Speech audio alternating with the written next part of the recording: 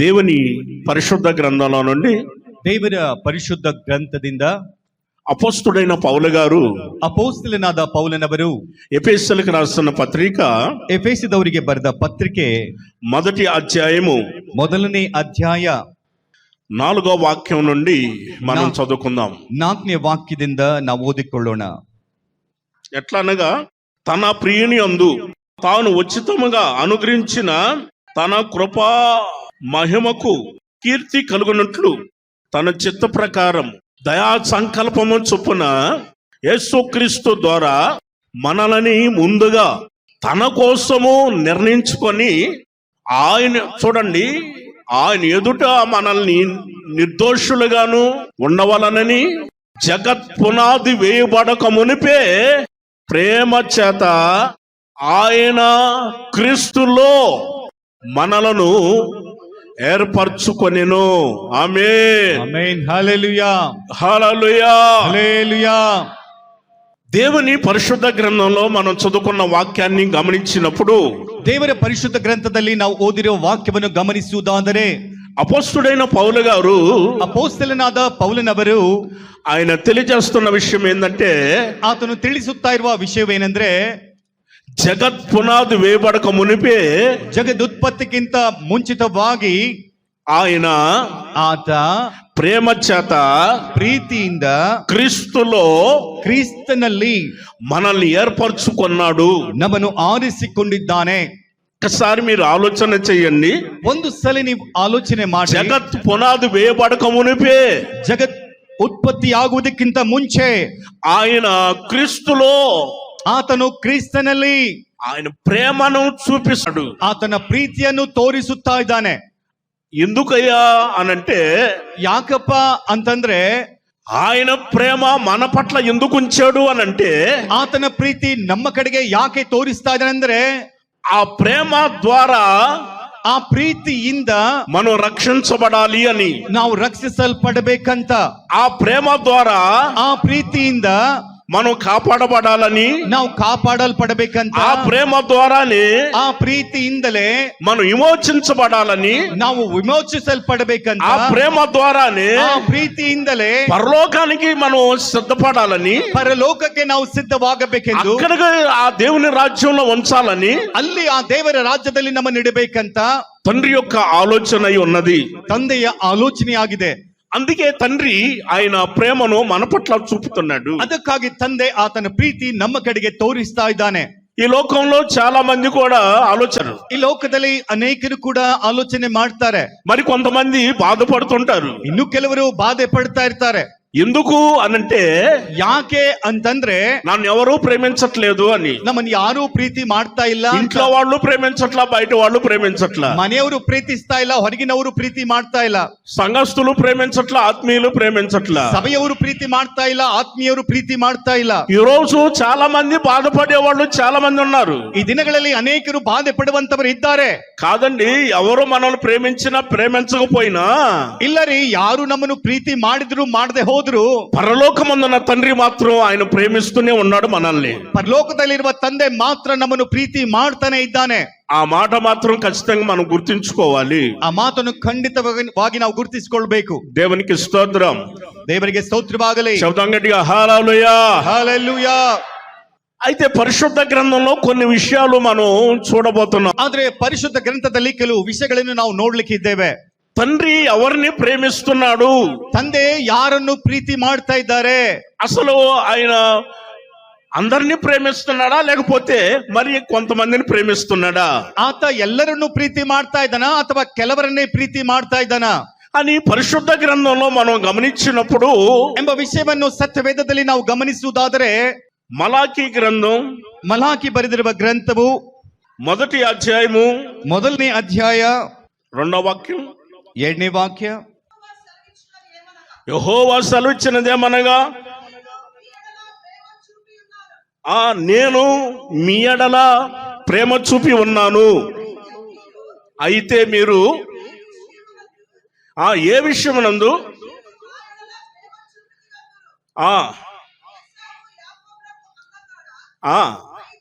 అయితే అయితే నేను యాకోబుని ప్రేమించితిని.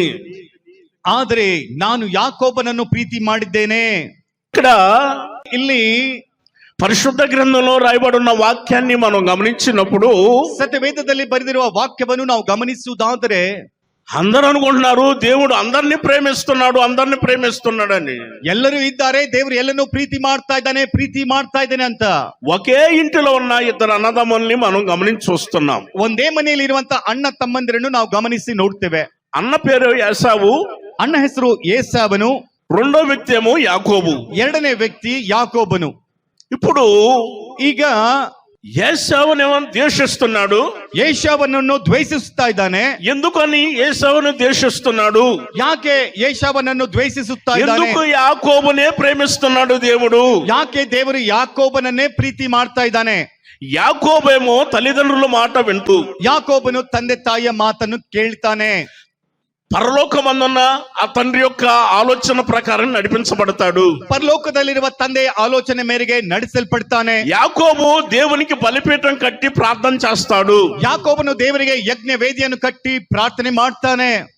దేవుని యందు భయభక్తులు కలిగిన వాడు, ದೇವರಲ್ಲಿ ಭಯ ಭಕ್ತಿಯುಳ್ಳವನು, తండ్రి యొక్క ఆలోచన ప్రకారం నడిపించబడే ఒక వ్యక్తి, ತಂದೆಯ ಆಲೋಚನೆ ಮೇರೆಗೆ ನಡೆಸಲ್ಪಡುವಂತ ಒಬ್ಬ ವ್ಯಕ್ತಿ.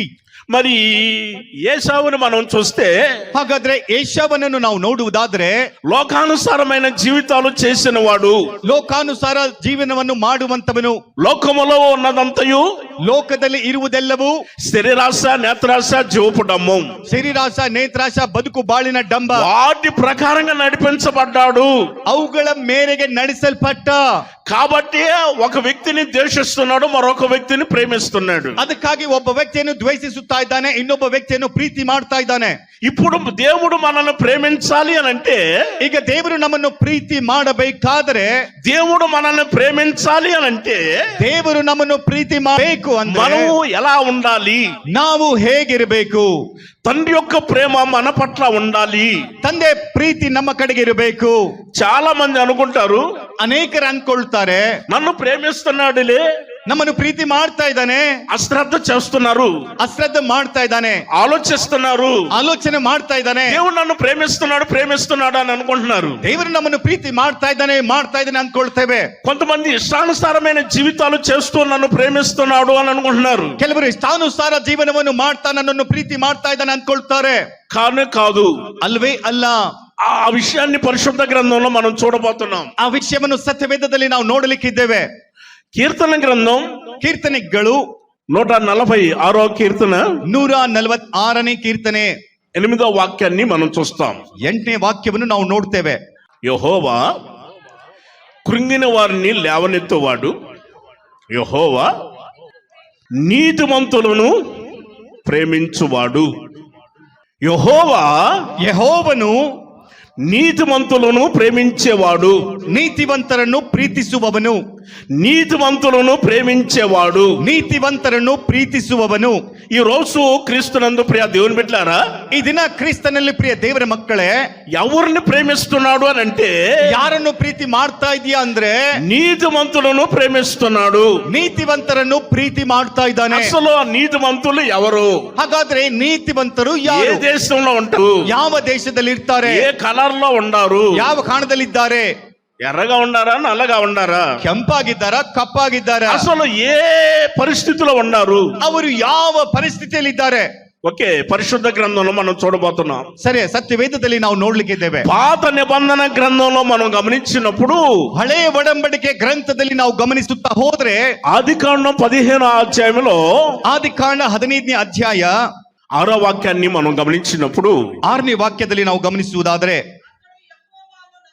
అతడు యెహోవాను నమ్మెను, ఆయన అది నీతిగా ఎంచెను, మరియు ఆయన దేవునికి స్తోత్రం, హల్లెలూయా. హల్లెలూయా.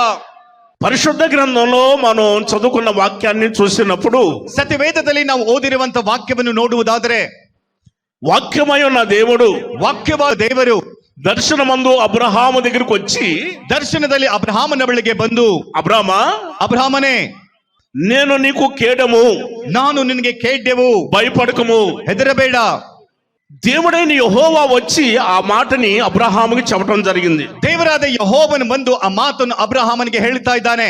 అబ్రహాం ఏమో ఆలోచిస్తున్నాడు. ಅಬ್ರಹಾಮನು ನೋಡಿದ್ರೆ ಆಲೋಚನೆ ಮಾಡ್ತಾ ಇದ್ದಾನೆ. దేవుడు అబ్రహాముని అన్ని విషయాల్లో ఆశీర్వదించాడని పరిశుద్ధ గ్రంథంలో మనకు కనిపిస్తున్నాయి. ದೇವರು ಅಬ್ರಹಾಮನನ್ನು ಎಲ್ಲ ವಿಷಯದಲ್ಲಿ ಆಶೀರ್ವಾದ ಮಾಡಿರುವ ವಿಷಯ ಸತ್ಯವೇದದಲ್ಲಿ ನಮಗೆ కానీ ಕಾಣಿಸ್ತದೆ. ఒకటి మాత్రం కొదువుగా ఉంది. ಆದ್ರೆ ಒಂದೇ ಒಂದು ಕೊರತೆ ಇದೆ, సంతానం లేదు. ಸಂತಾನವಿಲ್ಲ.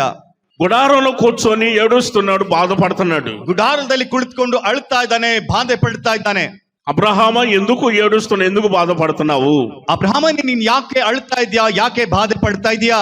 దేవుడు నాకేమిచ్చాడు, ದೇವ್ರು ನನ್ಗೇನ್ ಕೊಟ್ಟಿದ್ದಾನೆ, అక్కడే మాట్లాడుతున్నాడు. ಅಲ್ಲಿಯೇ ಮಾತಾಡ್ತಾನೆ. దేవుడికి ఏమిచ్చాడు, ದೇವ್ರು ನನ್ಗೇನ್ ಕೊಟ್ಟಿದ್ದಾನೆ, నాకేమిచ్చాడు అని అంటాడు. ನನ್ಗೇನ್ ಕೊಟ್ಟಿದ್ದಾನೆ ಅಂತ ಹೇಳ್ತಾನೆ. దేవుడు ఏమిచ్చాడు అని అంటే, ದೇವ್ರು ಏನ್ ಕೊಟ್ಟಿದ್ದಾನೆ ಅಂದ್ರೆ ఆదికాండ 24 వాక్యంలో, ಆದಿಕಾಂಡ 24ನೇ ಅಧ್ಯಾಯ 34ನೇ ವಚನದಲ್ಲಿ బహుగా ఆశీర్వదించను యెహోవా నా యజమానుణ్ణి బహుగా ఆశీర్వదించాడు కనుక అతడు గొప్పవాడయ్యను, అతనికి గొర్రెలను గొడ్లను వెండి బంగారాలను దాస దాసీలను ఒంటెలో గాడిదలో కాదు ఇన్ని ఉన్నాయి కదా, దేవుడు నాకేమిచ్చాడు అని అంటాయిందా? ಇಷ್ಟೆಲ್ಲ ಇದೆ, ಆದ್ರೆ ದೇವ್ರು ನನ್ಗೆ ಏನ್ ಕೊಟ್ಟಿದ್ದೇನೆ ಅಂತ ಯಾಕೆ ಹೇಳ್ತಾನೆ? ఆదికాండం 15వ అధ్యాయము, ಆದಿಕಾಂಡ 15ನೇ ಅಧ್ಯಾಯ ఆ 2-3 వాక్యాలు మనం గమనించినప్పుడు ಆ 2 ಹಾಗೂ 3ನೇ ವಾಕ್ಯವನ್ನು ನಾವು ಗಮನಿಸುವುದಾದ್ರೆ దేవుడు నాకేమిచ్చాడు అని అంటాడేంది? ದೇವ್ರು ನನ್ಗೆ ಏನ್ ಕೊಟ್ಟಿದ್ದೇನೆ ಅಂತ ಯಾಕೆ ಹೇಳ್ತಾನೆ? కాదు బహుశ్రదించబడ్డా, ಬಹಳವಾಗಿ ಆಶೀರ್ವಾದ ಹೊಂದಿದನಲ್ವಾ? కాదు దాస దాసీలు ఉన్నారా, ಆತನಿಗೆ ದಾಸ ದಾಸೇರ್ ಇದ್ದಾರಲ್ವಾ? వెండి బంగారాలు ఉన్నాయా, ಬೆಳ್ಳಿ ಬಂಗಾರ ಇದೆಯಲ್ವಾ? బహుగా ఆశీర్వదించబడ్డాడు. ಬಹಳ ಆಶೀರ್ವಾದ ಹೊಂದಿದನಲ್ವಾ? గొర్రెలు గొడ్లు ఉన్నాయా, ಕುರಿ ದನ ಕುರಿಗಳು ಇದೆಯಲ್ವಾ? గాడిదల ఒంటెలు కూడా ఉన్నాయా, ಕತ್ತೆಗಳು ಒಂಟೆಗಳು కాదు ಕೂಡ ఇన్ని ಇದೆಯಲ್ವಾ? ఉండి కూడా మన దేవుడు నాకేమిచ్చాడు అని అంటది. ಇಷ್ಟೆಲ್ಲ ಇದ್ರು ಕೂಡ ದೇವ್ರು ನನ್ಗೆ ಏನ್ ಕೊಟ್ಟಿದ್ದಾನೆ ಅಂತ ಯಾಕೆ ಕೇಳ್ತಾನೆ? ఈ రోజున కూడా చాలా మంది ఇలాగనే మాట్లాడుతున్నారు. ಈ ದಿನಗಳಲ್ಲಿ ಕೂಡ ಅನೇಕರು ಹೀಗೆ ಮಾತಾಡ್ತಾರೆ. దేవుడు నాకేమిచ్చాడు నాకేమిచ్చాడు నాకేమిచ్చాడు అని ఒకటే తెగ బాధపడిపోతున్నారు. ದೇವ್ರು ನನ್ಗೆ ಏನ್ ಕೊಟ್ಟಿದ್ದಾನೆ ಎಂಬುದಾಗಿ ಒಂದೇ ಸವನೆ ಬಾಧೆ ಪಡ್ತಾ నా ಇರ್ತಾರೆ. దగ్గరికి ఒక అక్క వచ్చింది. ನನ್ನ ಹತ್ರಕ್ಕೆ ಒಂದು ಅಕ್ಕಳು ಬಂದ್ಲು. ఆ యొక్క ముక్కులు పిండుతా ఏడుస్తా ఉంది. ಆ ಅಕ್ಕ ಮೂಗನ್ನು ತಿಗಿಸ್ತಾ ಅಳ್ತಾ ಇದ್ದಾಳೆ. దేవుడు నాకేమిచ్చాడు నాకేమిచ్చాడు నాకేమిచ్చాడు నాకేమిచ్చాడు అన్నాను. ಆಕೆ ಸಿಣ್ತಾ ದೇವ್ ನನ್ಗೆ ಏನ್ ಕೊಟ್ಟಿದ್ದಾನೆ ಅಂತ ಹೇಳ್ತಿದ್ದಾಳೆ. నీ చెవులకున్న బంగారం ఎక్కడదమ్మా అని అడిగాను. ನಿನ್ನ ಕಿವಿಗಳಿಗಿರುವ ಬಂಗಾರ ಎಲ್ಲಿಂದ ಬಂತಮ್ಮ ಅಂತ ಕೇಳಿದೆ. మెడలేసుకున్న బంగారం ఎక్కడదమ్మా, ಕೊರಳಲ್ಲಿ ಹಾಕಿಕೊರುವ ಬಂಗಾರ ಎಲ್ಲಿಂದ ಬಂತಮ್ಮ ಅಂತ ಕೇಳಿದೆ. ముక్కు పిండుతున్నావు కదా, ముక్కుకున్న బంగారం ఎక్కడదమ్మా, ನಿನ್ನ ಮೂಗಿಗೆ ಇರುವ ಮೂಗುತಿ ಬಂಗಾರ ಎಲ್ಲಿಂದ ಬಂತಮ್ಮ ಅಂತ ಕೇಳಿದೆ. అది చెప్పమ్మా, ఆ మాట చెప్పు. ಅಮ್ಮ ಈ ಮಾತು ಮೊದಲು ಹೇಳಮ್ಮ. కాదు పుట్టేటప్పుడు ఏమైనా తీసుకొని పుట్టావా? ನೀನೇನಾದ್ರು ಹುಟ್ಟುವಾಗಲೇ ಬಂದಿದ್ಯಾ? బంగారం తీసుకొని పుట్టిన వాళ్ళు ఎవరైనా ఉన్నారా? ಬಂಗಾರ ತೆಗೆದುಕೊಂಡು రూపాయి తీసుకొని పుట్టిన వాళ్ళు ఎవరైనా ఉన్నారా? ₹1 ಇಟ್ಕೊಂಡು ಹುಟ್ಟಿದಂತವರು ಇದ್ದಾರಾ? మనం ఈ లోకానికి వచ్చేటప్పుడు ನಾವು ಈ ಲೋಕಕ್ಕೆ ಬರುವಾಗ దిగంబరులుగాను ದಿಗಂಬರಿಗಳಾಗಿ ఏమీ లేని వారిగా వచ్చాం. ಏನು ಇಲ್ಲದಂತವರಾಗಿ దేవుడు ಬಂದಿದ್ದೇವೆ. మంచి వస్త్రాలు ఇచ్చాడా, ದೇವರು ಒಳ್ಳೆ ಬಟ್ಟೆ ಕೊಟ್ಟಿದ್ದಾನೆ, బంగారం ఇచ్చాడా, ಬಂಗಾರವನ್ನು ಕೊಟ್ಟಿದ್ದಾನೆ. మెడలో బంగారం వేసుకొని తిరుగుతున్నారా, ಕೊರಳಿಯಲ್ಲಿ ಬಂಗಾರ ಹಾಕಿಕೊಂಡು ತಿರುಗ್ತಾ ಇದ್ದಾರಾ? తినడానికి తిండినిచ్చాడా, ತಿನ್ನಲಿಕ್ಕೆ ತಿಂಡಿಯನ್ನು పూటకి ಕೊಟ್ಟಿದ್ದಾನ? 3 ಹೊತ್ತು ತಿನ್ಲಿಕ್ಕೆ ಕೊಟ್ಟಿದ್ದಾನ? ఇంత తినారు, ಇಷ್ಟೆಲ್ಲ ತಿಂತಾ ಇದ್ದಾರೆ. దేవుడు నాకేమిచ్చాడు అని ఒకటే తెగ బాధపడిపోతున్నారు. ದೇವ್ರು ನನಗೆ ಏನ್ ಕೊಟ್ಟಿದ್ದಾನೆ ಎಂಬುದಾಗಿ ಅಳ್ತಾ ಇರ್ತಾರೆ. అబ్రహాముకి దేవుడు గొర్రెలు గొడ్లు ఇచ్చాడా లేదా? ಅಬ್ರಹಾಮನಿಗೆ ದೇವರು ದನ ಕುರಿಗಳನ್ನು ಕೊಟ್ಟಿದ್ದಾನೋ ಇಲ್ವೋ? వెండి బంగారాలు ఇచ్చాడా లేదా దేవుడు? ದೇವರು ಬೆಳ್ಳಿ ಬಂಗಾರವನ್ನು ಕೊಟ್ಟಿದ್ದಾನಾ ಇಲ್ವಾ? దేవుడు నాకేమిచ్చాడు అని అంటాయండి అక్కడ. ದೇವ್ರು ನನಗೆ ಏನ್ ಕೊಟ್ಟಿದ್ದಾನೆ ಎಂಬುದಾಗಿ ಯಾಕೆ ಅಲ್ಲಿ ಹೇಳ್ತಾನೆ? ఏమిచ్చాడు దేవుడు అని అంటున్నాడు. ನನಗೆ ದೇವ್ರು ಏನ್ ಕೊಟ್ಟಿದ್ದಾನೆ ಅಂತ ಕೇಳ್ತಾನೆ. ఏమిటయ్యా ఏమీ లేదు నీకు అని అడిగాడు దేవుడు. ಏನಪ್ಪಾ ನಿನ್ಗೆ ಏನಿಲ್ಲ ಅಂತ ದೇವ್ರು ಕೇಳ್ತಾ ಇದ್ದಾನೆ. కాదయ్యా నా ఇంటి పెద్ద దాసుడు ఏమన్నా వారసుడైపోతాడేమో ఆస్తికి అని అన్నాడు. ಇಲ್ಲಯ್ಯ, ನನ್ನ ಮನೆ ಹಿರಿದಾಸನು ನನ್ನ ಆಸ್ತಿಗೆ ದಾಸನಾಗ್ತಾನೆ ಎಂಬುದಾಗಿ ನಾನು ಅಂದ್ಕೊಂಡೆ. దేవుడు అన్నాడు అలా కానే కాదు. ದೇವ್ರು ಹೇಳ್ತಾನೆ ಹಾಗೆ ಆಗುವುದೇ ಇಲ್ಲ. మరి ఇప్పటికే నాకు 100 సంవత్సరాలు వచ్చినాయి కదా. ಅಯ್ಯ, ಈಗಾಗಲೇ ನನಗೆ 100 ವರ್ಷ ಆಗ್ತಾ ಇದೆ ವಯಸ್ಸು. మరి ఇప్పుడు ఎలా? ಹಾಗಾದ್ರೆ ಇನ್ ಮುಂದೆ నాకు ಹೇಗೆ? వారసుడే కదా, ನನಗೆ ವಾರಸನು ಇಲ್ವಲ್ಲ. ఎందుకు కుమిలిపోతున్నా అబ్రహామా? ಅಬ್ರಹಾಮನೇ, ನೀನ್ ಯಾಕೆ ಕುಗ್ಗಿ ಹೋಗ್ತಾ ಇದೀಯಾ? ఒకసారి బయటికి రా. ಒಂದ್ಸಲ ಹೊರಗೆ ಬಾ. కాదు బయటికి రా. ಇಲ್ಲಪ್ಪ, ನೀನ್ ಹೊರಗೆ ಬಾ. బయటికి రప్పించాడు దేవుడు. ದೇವರು ಹೊರಗೆ ಕರೆಸಿದ್ರು. ఆకాశం వైపు చూడు అన్నాడు. ಆಕಾಶ ಕಡೆಗೆ ನೋಡು ಅಂತ ಹೇಳಿದ್ರು. నీకు చేతనైతే ఆకాశంలో నక్షత్రాలు లెక్క పెట్టు. ನಿನ್ನ ಕೈಯಿಂದ ಆದ್ರೆ ಆಕಾಶದಲ್ಲಿರುವ ನಕ್ಷತ್ರಗಳನ್ನು ಎಣಿಸು. అబ్రహాము 1 2 3 4 5 6 7 8 9 10 లెక్క పెట్టాడు. ಅಬ್ರಹಾಮನು 1 2 3 4 ಎಂಬುದಾಗಿ ಲೆಕ್ಕವನ್ನು ಮಾಡ್ತಾ ಇದ್ದಾನೆ. Praise the Lord. Hallelujah, hallelujah. Hallelujah. నా చేత కాదని నా వల్ల కాదని అన్నాడు. ನನ್ನ ಕೈಯಿಂದ ಆಗಲ್ಲ, ನನ್ನಿಂದ ಆಗಲ್ಲ ಅಂತ ಕೈ ಎತ್ತದ. ఆకాశంలో నక్షత్రాలు లెక్క పెట్టుకెళ్ళిన మహావీరులు ఎవరైనా ఉంటే చేయెత్తు చూపించండి. ಆಕಾಶದ ನಕ್ಷತ್ರವನ್ನು ಲೆಕ್ಕ ಮಾಡುವಂತ ಮಹಾವೀರರು ಯಾರಾದ್ರೂ ಇದ್ರೆ ಕೈ ಎತ್ತು ತೋರಿಸಿರಿ. అబ్రహాము వల్ల కాలేదు, ಅಬ್ರಹಾಮನಿಂದಲೂ ಆಗ್ಲಿಲ್ಲ. నా చేత కాదు నా వల్ల కాదని అన్నాడు. ನನ್ನ ಕೈಯಿಂದ ಆಗಲ್ಲ, ನನ್ನಿಂದ ಆಗಲ್ಲ ಅಂತ ಹೇಳ್ತಾನೆ. అంత విస్తారంగా నీకు సంతానం ఇవ్వబోతున్నాను అన్నాడు. ಅಷ್ಟು ವಿಸ್ತಾರ ಸಂತಾನ ನಿನಗೆ ಕೊಡ್ತೇನೆ ಅಂತ ದೇವರು ಹೇಳಿದ್ರು. ಆಮೆನ್, హల్లెలూయా. హల్లెలూయా. అంత విస్తారంగా నీకు సంతానం ఇవ్వబోతున్నాను అబ్రహామా అని అన్నాడు. ಅಬ್ರಹಾಮನೇ ಅಷ್ಟು ವಿಸ್ತಾರವಾಗಿ ನಿನಗೆ ಸಂತಾನ ಕೊಡ್ತೇನೆ ಎಂಬುದಾಗಿ ఆ మాటను నమ్మాడు. ಅಬ್ರಹಾಮನು ಅದನ್ನು ನಂಬಿದನು. కాబట్టి ఆయన దేవుని మాట నమ్మాడు కాబట్టి ಆತನು ದೇವರ ಮಾತನ್ನು ನಂಬಿದಕ್ಕಾಗಿ అది అతన్ని నీతిగా ఎంచెను. ಅದು ಆತನು ನೀತಿಯನ್ನಾಗಿ ಎಣಿಸಿದ. పాత నిబంధన ప్రకారము ಹಳೆಯ ಒಡಂಬಡಿಕೆಯ ಮೇರೆಗೆ దేవుని మాట ఎవరైతే నమ్ముతారో ದೇವರ ಮಾತನ್ನು ಯಾರ್ಯಾರು ನಂಬ್ತಾರೋ వాళ్ళని నీతిమంతులుగా మారుస్తాడు దేవుడు. ಅವರನ್ನು ದೇವರು ನೀತಿವಂತರನ್ನಾಗಿ ಮಾರ್ಪಡಿಸುತ್ತಾನೆ. క్రొత్త నిబంధనకు వచ్చేసరికి మార్పు వచ్చేసింది. ಹೊಸ ಒಡಂಬಡಿಕೆ ಬಂದ ಕೂಡಲೇ ಬದಲಾವಣೆ ಬಂತು.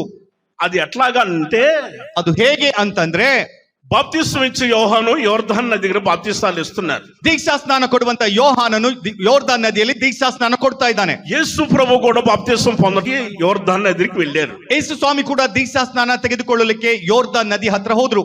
నేను చెబుతున్న మాటలు మత్తయి సువార్త 3వ అధ్యాయంలో కనిపిస్తాయి. ನಾನು ಹೇಳ್ತಾ ಇರುವ ಮಾತು ಮತ್ತಾಯನ ಸುವಾರ್ತೆ 3ನೇ ಅಧ್ಯಾಯದಲ್ಲಿ యేసు ಕಾಣಿಸುತ್ತದೆ. ప్రభు కూడా నీళ్ళలో దిగాడు. ಯೇಸು ಕ್ರಿಸ್ತನು ಕೂಡ ನೀರಲ್ಲಿ ಇಳಿದ್ರು. బాప్తిస్మం ఇచ్చే యోహాను యేసు ప్రభుని చూశాడు. ದೀಕ್ಷಾ ಸ್ನಾನ ಕೊಡುವ ಯೋಹಾನನು ಯೇಸು ಕ್ರಿಸ್ತನನ್ನು ನೋಡಿದ. ఏదైతే అంటున్నాడు, ಯೇಸು ಸ್ವಾಮಿಯೊಂದಿಗೆ ಹೇಳ್ತಾರೆ, నువ్వేంటయ్యా, నువ్వు దేవుని కుమారుడివి కదా, ನೀನೇನಪ್ಪಾ, ನೀನು ದೇವರ ಮಗನಲ್ವಾ, నేనే నీ దగ్గరికి వచ్చి బాప్తిస్మం పొందాలి, ನಾನೇ ನಿನ್ನ ಹತ್ರಕ್ಕೆ ಬಂದು ದೀಕ್ಷಾ ಸ್ನಾನ ತೆಗೆದುಕೊಳ್ಬೇಕು, నువ్వేంటయ్యా నా దగ్గరికి వచ్చావు అని అన్నాడు. ಯಾಕೆ ಅಯ್ಯ ನೀನ್ ನನ್ನ ಬಳಿಗೆ ಬಂದಿದ್ಯಾ ಅಂತ ಕೇಳ್ತಾನೆ. యేసు ప్రభు అంటాడు, ಆಗ ಯೇಸು ಸ್ವಾಮಿ ಹೇಳ್ತಾರೆ 15వ వాక్యంలో 15ನೇ ವಾಕ್ಯದಲ್ಲಿ, ఇప్పటికి కానిము నీతి యావత్తు ఎలాగో నెరవేర్చుట మనకు తగి ఉన్నది. ఆమేన్, ఆమేన్. చదువుదాం గట్టిగా, హల్లెలూయా. హల్లెలూయా. పరిశుద్ధ గ్రంథంలో రాయబడి ఉన్న వాక్యాన్ని మనం గమనించినప్పుడు, ಸತ್ಯವೇದದಲ್ಲಿ ಬರೆದಿರುವ ವಾಕ್ಯವನ್ನು ನಾವು ಗಮನಿಸುವುದಾದರೆ, యేసు ప్రభు అంటున్నాడు, ಯೇಸು ಕ್ರಿಸ್ತನ್ ಹೇಳ್ತಾನೆ, ఇప్పటికి కానిము ಸದ್ಯಕ್ಕೆ ಅದನ್ನು ಒಪ್ಪಿಕೋ, నీతి యావత్తు ఎలాగో నెరవేర్చుట ನೀತಿ ಯಾವಾಗಲೂ ಹೀಗೆ ನೆರವೇರಿಸುವುದು మనకు ఉన్నది. ಅದು ನಮಗೆ ತಕ್ಕದ್ದು. అంటే బాప్తిస్మం పొందటం వలన నీతివంతులుగా మార్చబడతారు. ದೀಕ್ಷಾ ಸ್ನಾನ ಹೊಂದುವುದರಿಂದ ನೀತಿವಂತರಾಗ್ತಾರೆ. ఇంకా కొంతమంది బాప్తిస్మం పొందకుండా ఆలస్యం చేస్తుంటారు. ಇನ್ನು ಕೆಲವರು ದೀಕ್ಷಾ ಸ್ನಾನ ತೆಗೆದುಕೊಳ್ಳದೆ ತಡ ಮಾಡ್ತಾರೆ. వాళ్ళు నీతిమంతులుగా ఇంకా మార్చబడలా. ಅವರು ಇನ್ನೂ ನೀತಿವಂತರಾಗಿ ಮಾರ್ಪಡಲಿಲ್ಲ. దేవుడు వాళ్ళని ఇంకా ప్రేమించట్లేదు. ದೇವರು ಅವರನ್ನು ಇನ್ನೂ ಪ್ರೀತಿ ಮಾಡ್ತಾ ಇಲ್ಲ. వాళ్ళు అనుకుంటున్నారు దేవుడు నన్ను ప్రేమిస్తున్నాడు అనుకున్నారు. ಅವ್ರು ಅಂದ್ಕೊಳ್ತಾರೆ ದೇವರು ನನ್ನನ್ನು ಪ್ರೀತಿ ಮಾಡ್ತಾ ಇದ್ದಾನೆ, ಪ್ರೀತಿ ಮಾಡ್ತಾ ಇದ್ದಾನೆ. భ్రమపడిపోతున్నారు. దేవుడు నన్ను ప్రేమిస్తున్నాడు, భ్రమపడిపోతున్నారు. ತಮ್ಮಲ್ಲಿ ತಾವೇ ಭ್ರಮೆ ಪಡ್ತಾ ಇದ್ದಾರೆ, ದೇವರು ನಮ್ಮನ್ನು ಪ್ರೀತಿ ಮಾಡ್ತಾ ಇದ್ದಾನೆ. పరిశుద్ధ గ్రంథంలో రాయబడిన వాక్యాన్ని చూసినప్పుడు, ಸತ್ಯವೇದದಲ್ಲಿ ಬರೆದಿರುವ ವಾಕ್ಯವನ್ನು ನೋಡುವುದಾದರೆ, ಯೆಹೋವನು నీతిమంతులను ನೀತಿವಂತರನ್ನು ప్రేమించువాడు, ಪ್ರೀತಿ ಮಾಡುವವನು. ఆమేన్, ಆಮೆನ್. చెబుదాం గట్టిగా, హల్లెలూయా. హల్లెలూయా. యెహోవా యెహోవను నీతిమంతులను ప్రేమించేవాడు, నీతివంతరನ್ನು ಒಪ್ಪಿಸುವವನು. మనం ఆ ప్రకారంగా నీతిమంతులుగా మార్చబడాలని ఆయన కోరిక. ಅದರ ಮೇರೆಗೆ ನಾವು ಕೂಡ ನೀತಿವಂತರಾಗಬೇಕೆಂಬುದೇ ಆತನ ಕೋರಿಕೆ. రెండో విషయాన్ని మనం గమనించినప్పుడు, ಎರಡನೇ ವಿಷಯವನ್ನು ನಾವು ಗಮನಿಸುವುದಾದರೆ, యోహాను సువార్త ಯೋಹಾನನು ಬರೆದ ಸುವಾರ್ತೆ 14వ అధ్యాయము 14ನೇ ಅಧ್ಯಾಯ 23వ వాక్యం. 23ನೇ ವಾಕ್ಯ. ఒకడు నన్ను ప్రేమించిన ఎడల నా మాట గైకొనును, అప్పుడు నా తండ్రి వానిని ప్రేమించును, మేము వాని వద్దకు వచ్చి వాని వద్ద నివాసము చేతుము. పరిశుద్ధ గ్రంథంలో రాయబడిన వాక్యాన్ని మనం గమనించి చూస్తున్నాం. ಸತ್ಯವೇದದಲ್ಲಿ ಬರೆದಿರುವ ವಾಕ್ಯವನ್ನು ನಾವು ಗಮನಿಸಿ ನೋಡ್ತಾ యేసు ಇದ್ದೇವೆ. ప్రభు చెబుతున్న మాట ఏంటంటే, ಯೇಸು ಕ್ರಿಸ್ತನ್ ಹೇಳ್ತಾ ಇರುವ ಮಾತು ಏನಂದ್ರೆ, ఒకరు నన్ను ప్రేమించిన ఎడల ಯಾರಾದರೂ ನನ್ನನ್ನು ಪ್ರೀತಿ ಮಾಡುವುದಾದರೆ నా మాటని గైకొనును, ನನ್ನ ಮಾತನ್ನು ಕೈಗೊಂಡು నా తండ్రి వానిని ప్రేమించును, ನನ್ನ ತಂದೆ ಅವನನ್ನು ಪ್ರೀತಿಸುವನು. అప్పుడు మేము వచ్చి, ಆಗ ನಾವು ಬಂದು, మేము అనన్న అక్కడ రాయబడి ఉన్న మాట, ನಾವು ಅಂತ ಅಲ್ಲಿ ಬರ್ದಿದೆ. నేనంటే ఏకవచనం, ನಾನು ಅಂದ್ರೆ ಏಕವಚನ, మేము అనంటే బహువచనము. ನಾವು ಅಂದ್ರೆ ಬಹುವಚನ. బహువచనం అంటే అక్కడ చాలా మంది ఉన్నట్టు. ಬಹುವಚನ ಅಂದ್ರೆ ಅಲ್ಲಿ ತುಂಬಾ అక్కడ ಜನರು ಇದ್ದ ಹಾಗೆ. తండ్రి కుమార పరిశుద్ధాత్మ త్రియేక దేవుడు ఉన్నారు. ಅಲ್ಲಿ ತಂದೆ ಕುಮಾರ ಪವಿತ್ರಾತ್ಮ ತ್ರಿಯೇಕ ದೇವರಿದ್ದಾರೆ. మేము వచ్చి ನಾವು ಬಂದು వాని యొద్ద ಅವನ ಬಳಿ నివాసము చేతుము. ನಿವಾಸ ಮಾಡುವೆವು. ఆయన ఎప్పుడు మన యొద్దకు నివాసం చేస్తాడు వచ్చానంటే, ಆತನು ಬಂದು ಯಾವಾಗ ನಮ್ಮ ಹತ್ರ ನಿವಾಸ ಅವ್ರು ಮಾಡ್ತಾರಂದ್ರೆ, ఆయన మాట మనం గైకొనాలి. ಆತನ ಮಾತನ್ನು ನಾವು ಕೈಗೊಳ್ಬೇಕು. అప్పుడు ఆయన మనల్ని ప్రేమిస్తాడు. ಆಗ ಆತನು ನಮ್ಮನ್ನು ಪ್ರೀತಿ ಮಾಡ್ತಾನೆ. ఆయన మాట ఏమై ఉన్నది? ಆತನ ಮಾತು ಏನಾಗಿದೆ? ఈ రోజున ఆయన మాట వినట్లేదు. ಈ ದಿನಗಳಲ್ಲಿ ಆತನ ಮಾತು ಕೇಳ್ತಾ ಇಲ್ಲ. మనుషులు బాగా వింటారు, ಮನುಷ್ಯರ ಮಾತು ಚೆನ್ನಾಗಿ ಕೇಳ್ತಾರೆ, కానీ దేవుని మాట వినేదానికి మాత్రం ఇష్టపడరు. ಆದ್ರೆ ದೇವರ ಮಾತನ್ನು ಕೇಳಲಿಕ್ಕೆ ಇಷ್ಟಪಡಲ್ಲ. దేవుని మాట వినేదానికి ఇష్టపడరు. ಹೌದು, ದೇವರ ಮಾತು ಕೇಳಲಿಕ್ಕೆ ಇಷ್ಟಪಡಲ್ಲ. లోక సంబంధమైన మాటలు వినేదానికి మాత్రం బాగా వింటారు. ಲೋಕ ಸಂಬಂಧವಾದ ಮಾತು ಕೇಳಂದ್ರೆ ಚೆನ್ನಾಗಿ ಕೇಳ್ತಾರೆ. నిజమండి, ನಿಜ ರೀ. దేవుని వాక్యాన్ని చూసేవాళ్ళు వినేవాళ్ళు మాత్రం కొద్ది మంది. ದೇವರ ವಾಕ್ಯವನ್ನು ನೋಡುವಂತವರು ಕೇಳುವರು ಕೆಲವರೇ. లోక సంబంధమైన వాటిని చూసేవాళ్ళం లక్షల్లో కోట్ల మంది జనాలు చూస్తున్నారు. ಲೋಕ ಸಂಬಂಧವಾದಂತನ್ನು ನೋಡುವಂತವರು ಲಕ್ಷಗಟ್ಟಲೆ ಕೋಟಿಗಟ್ಟಲೆ ಇದ್ದಾರೆ. ఆ మాటలు వాళ్ళకి ఇంపుగా ఉన్నాయి. వాళ్ళకి ಆ ಮಾತು ಅವರಿಗೆ ಇಂಪಾಗಿ ಅನಿಸ್ತಾ ಇದೆ. ఆ మాటలు వింటా ఉన్నారు. ಆ ಮಾತನ್ನ ಕೇಳ್ತಾ ಇದ್ದಾರೆ. ఆ మాటలే వింటున్నారు. ಆ ಮಾತುಗಳನ್ನೇ ಕೇಳ್ತಾ ಇದ್ದಾರೆ. చూసారా, గమనించారా? ನೋಡಿದ್ರ, ಗಮನಿಸಿದ್ರ?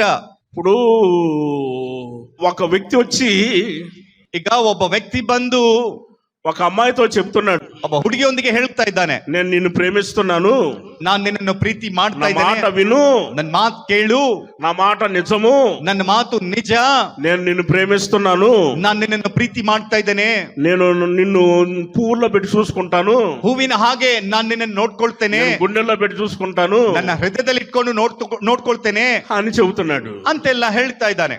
కదమ్మా, పువ్వు ఎంత ఉందో నువ్వు ఎంత ఉన్నావు? ಬರ್ತಾ ಇದ್ಯಾ, ನೀನ್ ಹೋಗ್ತಾ ಇದ್ಯಾ? ఒకసారి ఆలోచించి. ಒಂದ್ಸಲಿ ಆಲೋಚನೆ ಮಾಡು. అతను అన్నాడే అనుకో, ఆ మాట అన్నాడు అనుకో, ಆತನು ಒಂದ್ ವೇಳೆ ಆ ಮಾತು ಹೇಳಿದ್ರೆ అది మనుషుల మాట. ಅದು ಮನುಷ್ಯರು ಹೇಳಿರುವ ಮಾತು. నువ్వు ఎంత ఉందో నువ్వు ఎంత ఉన్నావు? ಎಷ್ಟಿದ್ಯೋ ನೀನೆಷ್ಟಿದ್ಯೋ? నువ్వు 5 అడుగులు ఉన్నావు, ನೀನು 5 ಅಡಿ ಇದೆಯಾ? కరెక్టేనా? ಸರಿಯಾ? 5 అడుగులు ఉన్నావు, 5 ಅಡಿ ನೀನಿದ್ಯಾ? చెప్పండి. మరి ఈ వెడల్పు ఎంత, మరి హైట్ వెయిట్ ఏం చెప్పరు ఆడోళ్ళు. ಹೇಳ್ಬೇಕು, ಅದ್ರ ಭಾರ ಎಷ್ಟು, ಉದ್ದ ಎಷ್ಟು, ಅಗಲ ಎಷ್ಟು? అప్పటికైనా ఇప్పటికైనా హైట్ వెయిట్ పొరపాటున చెప్పరండి. ಆಗ್ಲಾದ್ರೂ ಈಗ್ಲಾದ್ರೂ ಎತ್ತರವನ್ನು ಯಾರು ಹೇಳಲ್ಲ ರೀ. నిజం, వయసు కూడా చెప్పరు. ನಿಜ ರೀ, ವಯಸ್ಸು ಕೂಡ ಯಾರು ಹೇಳಲ್ಲ. ఒకసారి 2 భార్య భర్తలు వచ్చారు నా దగ్గరికి. ಒಂದ್ಸಲಿ ಇಬ್ರು ಗಂಡ ಹೆಂಡತಿರು ನನ್ನ ಹತ್ರಕ್ಕೆ ಬಂದ್ರು. ఆ పెళ్లి పత్రికలు అనే పెళ్లి డేట్లు ఆయన రాసుకుంటా ఉన్నాం. ಮದುವೆ ಪತ್ರಿಕೆ ಡೇಟ್ ಎಲ್ಲ ನಾನು ಬರ್ದ್ಕೊಳ್ತಾ ಇದ್ದೆ. సరేనన్నా, అన్న పేరు చెప్పాడు, అన్న వయసు ఎంత రాసుకున్నాము, అవన్నీ రాసుకున్నాం. ಸರಿ ಅಂತ ಅಣ್ಣನ ಹೆಸರು ಹೇಳಿದಾಗ, ಅಣ್ಣನ ವಯಸ್ಸು ಹೇಳಿದಾಗ ನಾವು ಬರ್ದ್ಕೊಂಡ್ವು. ఈలోగా అన్నకు ఫోన్ వచ్చింది, అన్న మాట్లాడుతుండ దూరంగా వెళ్ళి. ಅಷ್ಟರೊಳಗಾಗಿ ಅಣ್ಣನ ಫೋನ್ ಬಂದು, ಫೋನ್ ಮಾತಾಡ್ತಾ ದೂರಕ್ಕೆ ಹೋದ. ఆ అక్కని అడిగినాక నీ వయసు ఎంత అన్న. ಆ ಅಕ್ಕಳನ್ನು ನಾನು ಕೇಳಿದೆ, ಅಕ್ಕ ನಿನ್ನ ವಯಸ್ಸು ಎಷ್ಟು ಅಂತ. నా వయసు 26 అన్న అంది. ನನ್ನ వಯಸ್సు 26 ಅಣ್ಣ ಅಂತ మరి నీ కూతురు వయసు, కూతురు పెళ్లి చేయాలంటున్నావు కదా, ಹಾಗಾದ್ರೆ ನಿನ್ ಮಗಳ ವಯಸ್ಸು, ನಿನ್ ಮಗಳ ಮದುವೆ ಮಾಡ್ಬೇಕಂತ ಹೇಳ್ತಾ ಇದ್ದಲ್ವಾ? నీ కూతురు వయసు ఎంత అక్క అన్నాను. ಅಕ್ಕ, ಹಾಗಾದ್ರೆ ನಿನ್ ಮಗಳ ವಯಸ್ಸು ಎಷ್ಟು ಅಂತ ಕೇಳಿದೆ. నా కూతురు వయసు 20 సంవత్సరాలు అంది. ನನ್ನ ಮಗಳ ವಯಸ್ಸು 20 ಅಂತ ಹೇಳ್ತಾಳೆ. కూతురు వయసు ఏమో 20 సంవత్సరాలు, ಮಗಳಿಗೆ 20 ವರ್ಷ ವಯಸ್ಸಾದ್ರೆ మరి తల్లికేమో 26. ಹಾಗಾದ್ರೆ ಆ ತಾಯಿಗೆ 26 ವರ್ಷ. లెక్క సరిగ్గా రావట్లేదే అని అన్నాను. ಲೆಕ್ಕಾಚಾರ ಸರಿಯಾಗಿ ಅನಿಸ್ತಾ ಇಲ್ಲ ಅಂತ ನಾನು ಹೇಳಿದೆ. ఇది ఎలా అని ఆలోచిస్తున్నా నేను. ಇದು ಹೇಗೆ ಆಗಿರ್ಬಹುದಂತ ನಾನು ಆಲೋಚನೆ ಮಾಡ್ತಾ ಇದ್ದೆ. ఈలోగా అన్న ఫోన్ మాట్లాడి వచ్చాడు. ಅಷ್ಟರೊಳಗಾಗಿ ಅಣ್ಣನವ್ರು ಫೋನ್ ಮಾತಾಡಿ ಬಂದ್ರು. అన్న ఏంటి మరి అక్క వయసు 26 అంట? ಅಣ್ಣ ఇదేను అక్కల వయసు 26 అంతే, అమ్మాయి వయసు ఏమో 20 సంవత్సరాలంట.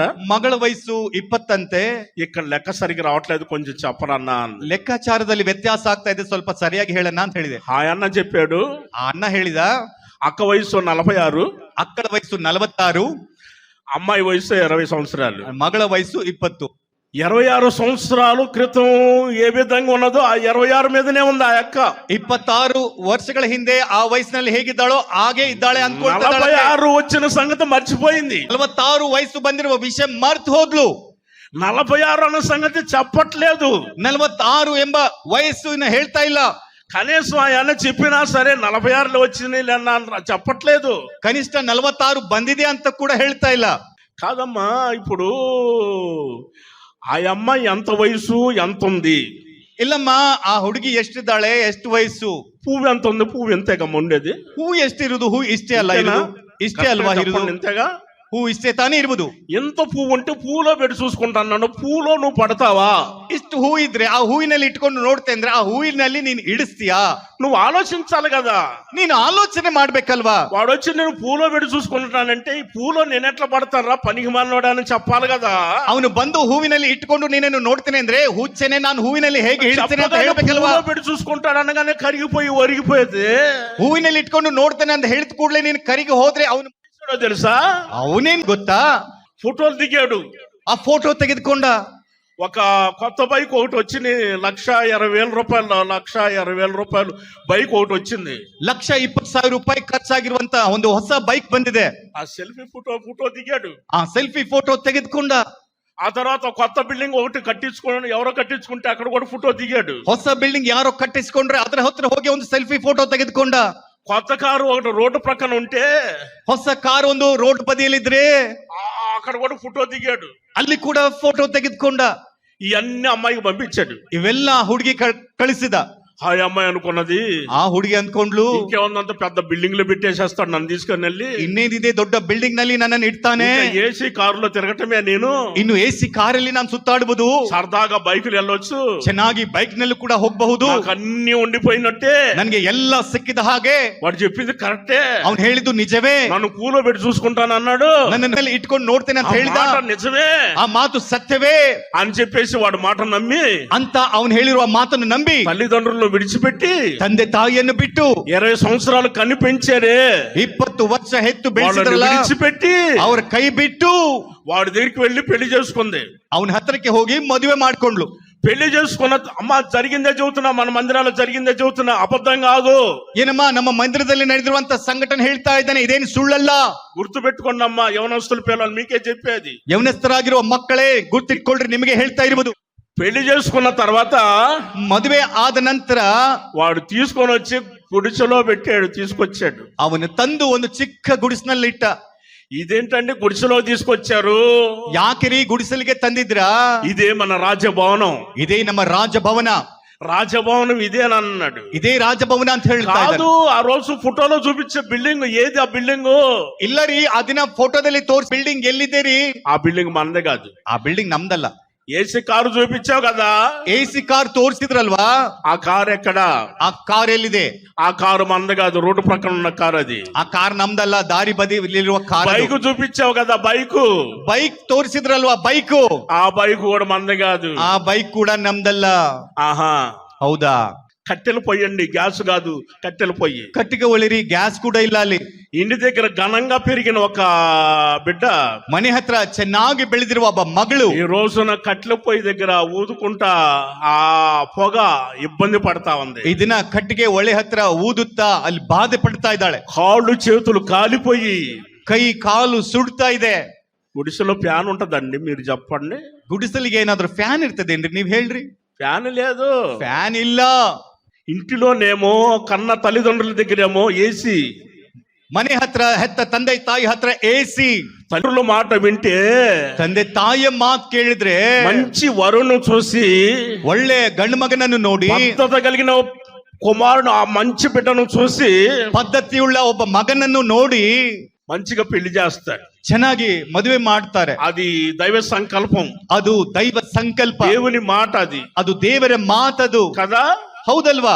దేవుని మాటను ధిక్కరించి ದೇವರ ಮಾತನ್ನು ತಿರಸ್ಕರಿಸಿ తల్లిదండ్రుల మాట వినక ತಂದೆ ತಾಯಿಯ ಮಾತು ಕೂಡ ಕೇಳದೆ ఎవరో పనికిమాలిన వాళ్ళ మాట విని ಯಾರೋ ಒಬ್ಬ ಕೆಟ್ಟವರ ಮಾತನ್ನು ಕೇಳಿ వెళ్ళిపోయి ఆ బిడ్డ జీవితం భవిష్యత్తు పాడు చేసుకుంది. ಹೋಗಿ ಆ ಮಗಳು ಜೀವಿತವನ್ನು ಭವಿಷ್ಯವನ್ನು ಹಾಳು ಮಾಡಿಕೊಂಡ್ಲು.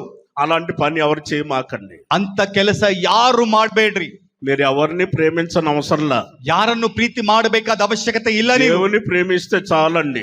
ದೇವರನ್ನು ಪ್ರೀತಿ ಮಾಡಿದ್ರೆ ಸಾಕ್ರಿ. Praise the Lord. హల్లెలూయా. ఎడిగా చెప్పాలి హల్లెలూయా. హల్లెలూయా. దేవుని ప్రేమిస్తే చాలు కదా. ದೇವರನ್ನು ಪ್ರೀತಿ ಮಾಡಿದ್ರೆ ಸಾಕಲ್ವಾ? దేవుని ప్రేమించకుండా మనుషులను ప్రేమిస్తారండి కొంతమంది. ದೇವರನ್ನು ಪ್ರೀತಿ ಮಾಡ್ತಾರೆ, ಕೆಲವರು ಮನುಷ್ಯರನ್ನು ಯಾಕೆ ಪ್ರೀತಿ ಮಾಡ್ತಾರೆ? కొంతమంది బిల్డింగులు ప్రేమిస్తారు, ಕೆಲವರು ಬಿಲ್ಡಿಂಗ್ ಗಳನ್ನು ಪ್ರೀತಿ ಮಾಡ್ತಾರೆ, కొంతమంది వాహనాలు ప్రేమిస్తారు, ಕೆಲವರು ವಾಹನಗಳನ್ನು ಪ್ರೀತಿ ಮಾಡ್ತಾರೆ, కొంతమంది బంగారాన్ని ప్రేమిస్తారు, ಕೆಲವರು ಬಂಗಾರವನ್ನು ಪ್ರೀತಿ ಮಾಡ್ತಾರೆ, కొంతమంది మనుషులను ప్రేమిస్తారు, ಕೆಲವರು ಮನುಷ್ಯರನ್ನು ಪ್ರೀತಿ ಮಾಡ್ತಾರೆ, మరి కొంతమంది కుక్కలను ప్రేమిస్తున్నారు. ಇನ್ನು ಕೆಲವರು ತುಂಡುಗಳನ್ನು ಪ್ರೀತಿ ಮಾಡ್ತಾರೆ. మన మందిరానికి వచ్చే ఒక అన్న ನಮ್ಮ ಮಂದಿರಕ್ಕೆ ಬರುವ ಒಬ್ಬ ಅಣ್ಣ కుక్కను ప్రేమిస్తున్నాడు. ನಾಯಿಯನ್ನು ಪ್ರೀತಿ ಮಾಡ್ತಾ ಇದೆ. ఆ కుక్క ఒక రోజు చనిపోయింది. ಆ ನಾಯಿ ಒಂದು ದಿನ ಸತ್ತೋಯ್ತು. సమాధి కార్యక్రమానికి నన్ను రమ్మన్నాడు. ಸಮಾಧಿ ಕಾರ್ಯಕ್ರಮಕ್ಕೆ ನನ್ನನ್ನು ಕರೆದ್ರು. ఆ కుదరదన్నా నేను రాలేను అని చెప్పాను. ಆಗಲ್ಲಣ್ಣ ನಾನು ಬರಲ್ಲ ಅಂತ ನಾನು ಹೇಳಿದೆ. ఆయన పెద్ద కోటేశ్వరుడు. ఆయన ಆತ ಒಬ್ಬ ದೊಡ್ಡ ಕೋಟ್ಯಾಧಿಪತಿ. చాలా మంది పాస్టర్లు పిలిస్తే అందరు వచ్చారు, వాళ్ళకి సమాధి కార్యక్రమం చేసేసారు. ಅನೇಕ ಪಾಸ್ಟರ್ಗಳನ್ನು ಕರೆದ್ರೆ ಅವರು ಬಂದು ಸಮಾಧಿ ಕಾರ್ಯಕ್ರಮವನ್ನು ಮಾಡಿದ್ರು. సరేనా, మరి సమాధి కార్యక్రమం రాకపోయారు. 11వ రోజున ఆదరణ కూటం పెట్టుకున్నా రమ్మన్నాడు. ಸರಿ ಅಣ್ಣ, ಸಮಾಧಿ ಕಾರ್ಯಕ್ರಮಕ್ಕೆ ಬರದೇ ಇದ್ರೆ ಪರವಾಗಿಲ್ಲ, 11 ದಿನ ಆದರಣೆ ಕೂಟ ಇರ್ತದೆ, ಅದಕ್ಕಾದ್ರೂ ಬನ್ರಿ ಅಂತ ಹೇಳಿದ್ರು. ఇక్కడ ఏమన్నా ఉన్నారా? ಇಲ್ಲಿ ಯಾರಾದ್ರೂ ಇದ್ದೀರಾ? రమ్మన్నారు. ಬರ್ನಿರಿ ಅಂತ ಕರೆದ್ರು. 11వ రోజున సమాధి ఆదరణ కూటానికి కూడా నేను పోలేదు. 11ನೇ ದಿನ ಆದರಣೆ ಕೂಟಕ್ಕೂ ಕೂಡ ನಾನು ಹೋಗ್ಲಿಲ್ಲ. 100 మంది పాస్టర్లను పిలిచాడు ఆయన. 100 ಜನ ಪಾಸ್ಟರ್ ಅನ್ನು ಕರೆದ್ರಂತೆ. వాళ్ళలో చాలా మంది నాకు ఫోన్ చేశారు. ಅವರಲ್ಲಿ ಅನೇಕರು ನನಗೆ ಫೋನ್ ಮಾಡಿ, అన్న ఆదరణ కూటానికి పోతున్నా, 10 నిమిషాలు మాకు వాక్యం ఇస్తారంట, ఏ వాక్యం చెప్పాలో నాకు కొంచెం చెప్పండి అని అన్నారు. ಅಣ್ಣ, ಆದರಣೆ ಕೂಟಕ್ಕೆ ನಾವು ಹೋಗ್ತಾ ಇದ್ದೇವೆ, 10 ನಿಮಿಷ ನಾವು ವಾಕ್ಯ ಹೇಳಬೇಕಂತೆ, ಯಾವ ವಾಕ್ಯ ಹೇಳಬೇಕು ಸ್ವಲ್ಪ ನಮಗೆ ಹೇಳ್ರಿ ಅಂತ ಫೋನ್ బైబిల్లో ಮಾಡಿದ್ರು. ఉన్నాయి. ಸತ್ಯವೇದದಲ್ಲಿ ಇದೆ. మరిగే కుక్కలు ఉన్నాయి, ಬೊಗಳುವ ನಾಯಿಗಳಿವೆ, తిరుగుబోతు కుక్కలు ఉన్నాయి, ತಿರುಗಾಡುವ ನಾಯಿಗಳಿವೆ, చచ్చిన కుక్కలు ఉన్నాయి, ಸತ್ತಂತ ನಾಯಿಗಳಿವೆ, ఇలా కుక్కలు చాలా ఉన్నాయి. ಹೀಗೆ ಅನೇಕ ನಾಯಿಗಳಿವೆ. నేను ఈ కుక్కలు కొన్ని రెఫరెన్సెస్ చెప్పాను వాళ్ళకి. ಆ ನಾಯಿಗಳ ರೆಫರೆನ್ಸ್ ನಾನು ಅವ್ರಿಗೆಲ್ಲ ಹೇಳಿದೆ. ఆ కుక్కల గురించి ప్రసంగం వాళ్ళు చేసుకున్నారు. ಆ ನಾಯಿಗಳ ಕುರಿತಾಗಿ ಪ್ರಸಂಗ ಅವ್ರು ಹೇಳ್ಕೊಂಡ್ರು. కుక్కలు ప్రేమించే వాళ్ళు కూడా ఉంటారా? ನಾಯಿಗಳನ್ನು ಪ್ರೀತಿಸ್ತಾರೆ ಇರ್ತಾರಾ? కాదండి, కుక్కను అంతగా ప్రేమిస్తారా? ಇಲ್ಲ ರೀ, ನಾಯಿಯನ್ನು ಅಷ್ಟು ಪ್ರೀತಿ ಮಾಡ್ತಾರಾ? ఒకసారి ఆలోచన చేయండి. ಒಂದ್ಸಲಿ ಆಲೋಚನೆ ಮಾಡ್ರಿ. మరి కొంతమంది మనుషులను ప్రేమించే వాళ్ళు, ಇನ್ನು ಕೆಲವರು ಮನುಷ್ಯರನ್ನು ಪ್ರೀತಿ ಮಾಡುವವರು. యేసయ్య అంటున్నాడు, ಯೇಸು ಸ್ವಾಮಿ ಹೇಳ್ತಾರೆ, ఒకడు నన్ను ప్రేమించా, ಯಾರಾದ್ರೂ ನನ್ನನ್ನು ಪ್ರೀತಿ ಮಾಡಿದರೆ నా మాట గైకొనును, ನನ್ನ ಮಾತನ್ನು ಕೈಗೊಳ್ಳುವನು, నా తండ్రి వానిని ప్రేమించును, ನನ್ನ ತಂದೆ ಅವನನ್ನು ಪ್ರೀತಿ ಮಾಡುವನು. అంతేగా? ಅಷ್ಟೇ ಅಲ್ವಾ? అయితే ಆದ್ರೆ ఇప్పుడు ఒక రోజున యేసు ప్రభు తన శిష్యులతో మాట్లాడుతున్నాడు. ಒಂದು ದಿನ ಯೇಸು ಸ್ವಾಮಿ ತನ್ನ ಶಿಷ್ಯರೊಂದಿಗೆ ಮಾತಾಡ್ತಾ ಇದ್ದಾರೆ. ఇక్కడ యోహాను సువార్త 21వ అధ్యాయము, ಇಲ್ಲಿ ಯೋಹಾನ ಸುವಾರ್ತೆ 21ನೇ ಅಧ್ಯಾಯ 15వ వాక్యాన్ని మనం గమనించి చూస్తాం. 15ನೇ ವಾಕ್ಯವನ್ನು ನಾವು ಗಮನಿಸಿ ನೋಡ್ತೇವೆ. వారు భోజనం చేసిన తర్వాత సీమోను పేతురును చూచి,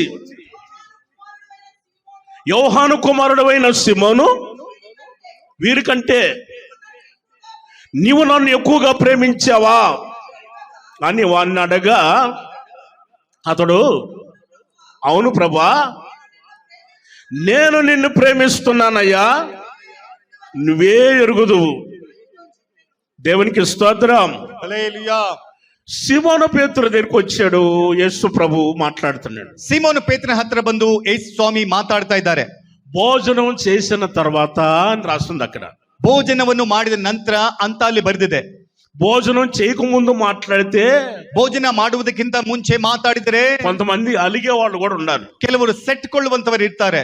ఎలాంటి మాటలు అడిగినప్పుడు, ಇಂಥ ಮಾತ ಏನಾದ್ರೂ ಕೇಳಿದ್ರೆ, ఎలాంటి మాటలు అడిగినప్పుడు ಇಂಥ ಮಾತನ್ನೇನಾದ್ರೂ ಕೇಳಿದ್ರೆ అలిగే వాళ్ళు కూడా ఉన్నారు. ಕೊಳ್ಳುವಂತವರು ಕೂಡ ಇದ್ದಾರೆ. నాకు అన్నం వద్దు, ನನಗೆ ಊಟ ಬೇಡ, మీరే తినండి, ನೀವೇ ತಿನ್ರಿ, నన్నే అంత మాట అడుగుతారా ಆ ಮಾತು ನನ್ನೊಂದಿಗೆ ಹೇಳ್ತೀರಾ అని అలుగుతారని తెలిసి ಅಂತ ಸೆಟ್ಕೊಳ್ತಾರೆ ಅಂತ ಗೊತ್ತಾಗಿ యేసు ప్రభు ఏం చేశాడంటే ಯೇಸು ಕ್ರಿಸ್ತನು ಏನ್ ಮಾಡಿದಾನಂದ್ರೆ భోజనం చేసిన తర్వాత ಭೋಜನವನ್ನು ಮುಗಿಸಿದ ನಂತರ యోహాను కుమారుడైన సిమోను, ಯೋಹಾನನ ಮಗನಾಗಿರುವ ಸೀಮೋನನೇ, వీరందరికంటే నువ్వు నన్ను ఎక్కువగా ప్రేమిస్తున్నావా?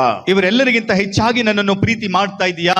అవును ప్రభా, నేను నిన్నే ప్రేమిస్తున్నాను. ಹೌದು ಕರ್ತನೆ, ನಾನು ನಿನ್ನನ್ನೇ ಪ್ರೀತಿ ಮಾಡ್ತಾ ಇದ್ದಾನೆ. యేసు ప్రభు అన్ని గమనించి, ಯೇಸು ಕ್ರಿಸ್ತನು ಅವರನ್ನು ಗಮನಿಸಿ, అయితే నా గొర్రె పిల్లలను మేపాలయ్యా, ಆದ್ರೆ ನನ್ನ ಕುರಿ ಮರಿಗಳನ್ನು ಮೇಯಿಸಬೇಕಪ್ಪ. మరలా రెండోసారి కూడా అడిగాడు. ಮತ್ತೆ ಎರಡನೇ ಸಾರಿ ಕೂಡ యోహాను ಕೇಳ್ತಾ ಇದ್ದಾನೆ. కుమారుడైన సిమోను, ಯೋಹಾನನ ಮಗನಾಗಿರುವ ಸೀಮೋನನೇ, వీరందరికంటే నువ్వు నన్ను ఎక్కువగా ప్రేమిస్తున్నావా? ಇವರೆಲ್ಲರಿಗಿಂತ ನನ್ನನ್ನು ಹೆಚ್ಚಾಗಿ ಪ್ರೀತಿ ಮಾಡ್ತಾ ಇದೀಯಾ? మూడోసారి కూడా అడిగాడండి. ಮೂರನೇ ಸಾರಿ ಕೇಳ್ತಾ ಇದ್ದಾನ್ರಿ. అది ఇన్ని సార్లు అడుగుతుంటే ఎవరికైనా డౌట్ రాదా? ಇಷ್ಟೆಲ್ಲಾ ಸಾರಿ ಕೇಳ್ತಾ ಇದ್ರೆ ಯಾರಿಗಾದ್ರೂ ಅನುಮಾನ అసలు ಬರ್ತದಲ್ವಾ? నేను మనుషులు ప్రేమిస్తున్నానా దేవుని ప్రేమిస్తున్నానా అని ಕೊನೆಗೆ ನಾನು ದೇವರನ್ನು ಪ್ರೀತಿ ಮಾಡ್ತಾ ಇದ್ದೇನೆ, ಮನುಷ್ಯರನ್ನು ಪ್ರೀತಿ ಮಾಡ್ತಾ ಇದ್ದೇನೆ ಅಂತ ఎవరికి వారికే ఆలోచన ఉంటది కదా. ಅವರವರಿಗೆ ಆಲೋಚನೆ ಎಂಬುದು ಇರ್ತದಲ್ವಾ? మనం ఎక్కువగా దేవుని ప్రేమిస్తున్నామా, ನಾವು ಹೆಚ್ಚಾಗಿ ದೇವರನ್ನು ಪ್ರೀತಿ ಮಾಡ್ತಾ ಇದ್ದೇವಾ, మనుషులను ప్రేమిస్తున్నామా? ಮನುಷ್ಯರನ್ನು ಪ್ರೀತಿ ಮಾಡ್ತಾ మనం ಇದ್ದೇವಾ? ఎవరిని ప్రేమిస్తున్నాం? ನಾವು ಯಾರನ್ನು ಪ್ರೀತಿ ಮಾಡ್ತಾ ಇದ್ದೇವೆ? ఒకసారి మీరు ఆలోచన చేయండి. ಒಂದು ಸಲ ನೀವು ಆಲೋಚನೆ ಮಾಡ್ರಿ, మనం ఎవరిని ప్రేమిస్తున్నాం ఏంటి అని. ನಾವು ಯಾರನ್ನು ಪ್ರೀತಿ ಮಾಡ್ತಾ ಇದ್ದೇವೆ? కాదండి, ఇప్పుడు ఎవరిని ప్రేమిస్తున్నాము? ಇಲ್ರಿ, ಈಗ ನಾವು ಯಾರನ್ನು ಪ್ರೀತಿ ಮಾಡ್ತಾ ಇದ್ದೇವೆ? నిన్నే ప్రేమిస్తున్నానంటే బాధ్యతలు అప్పగిచ్చాడు.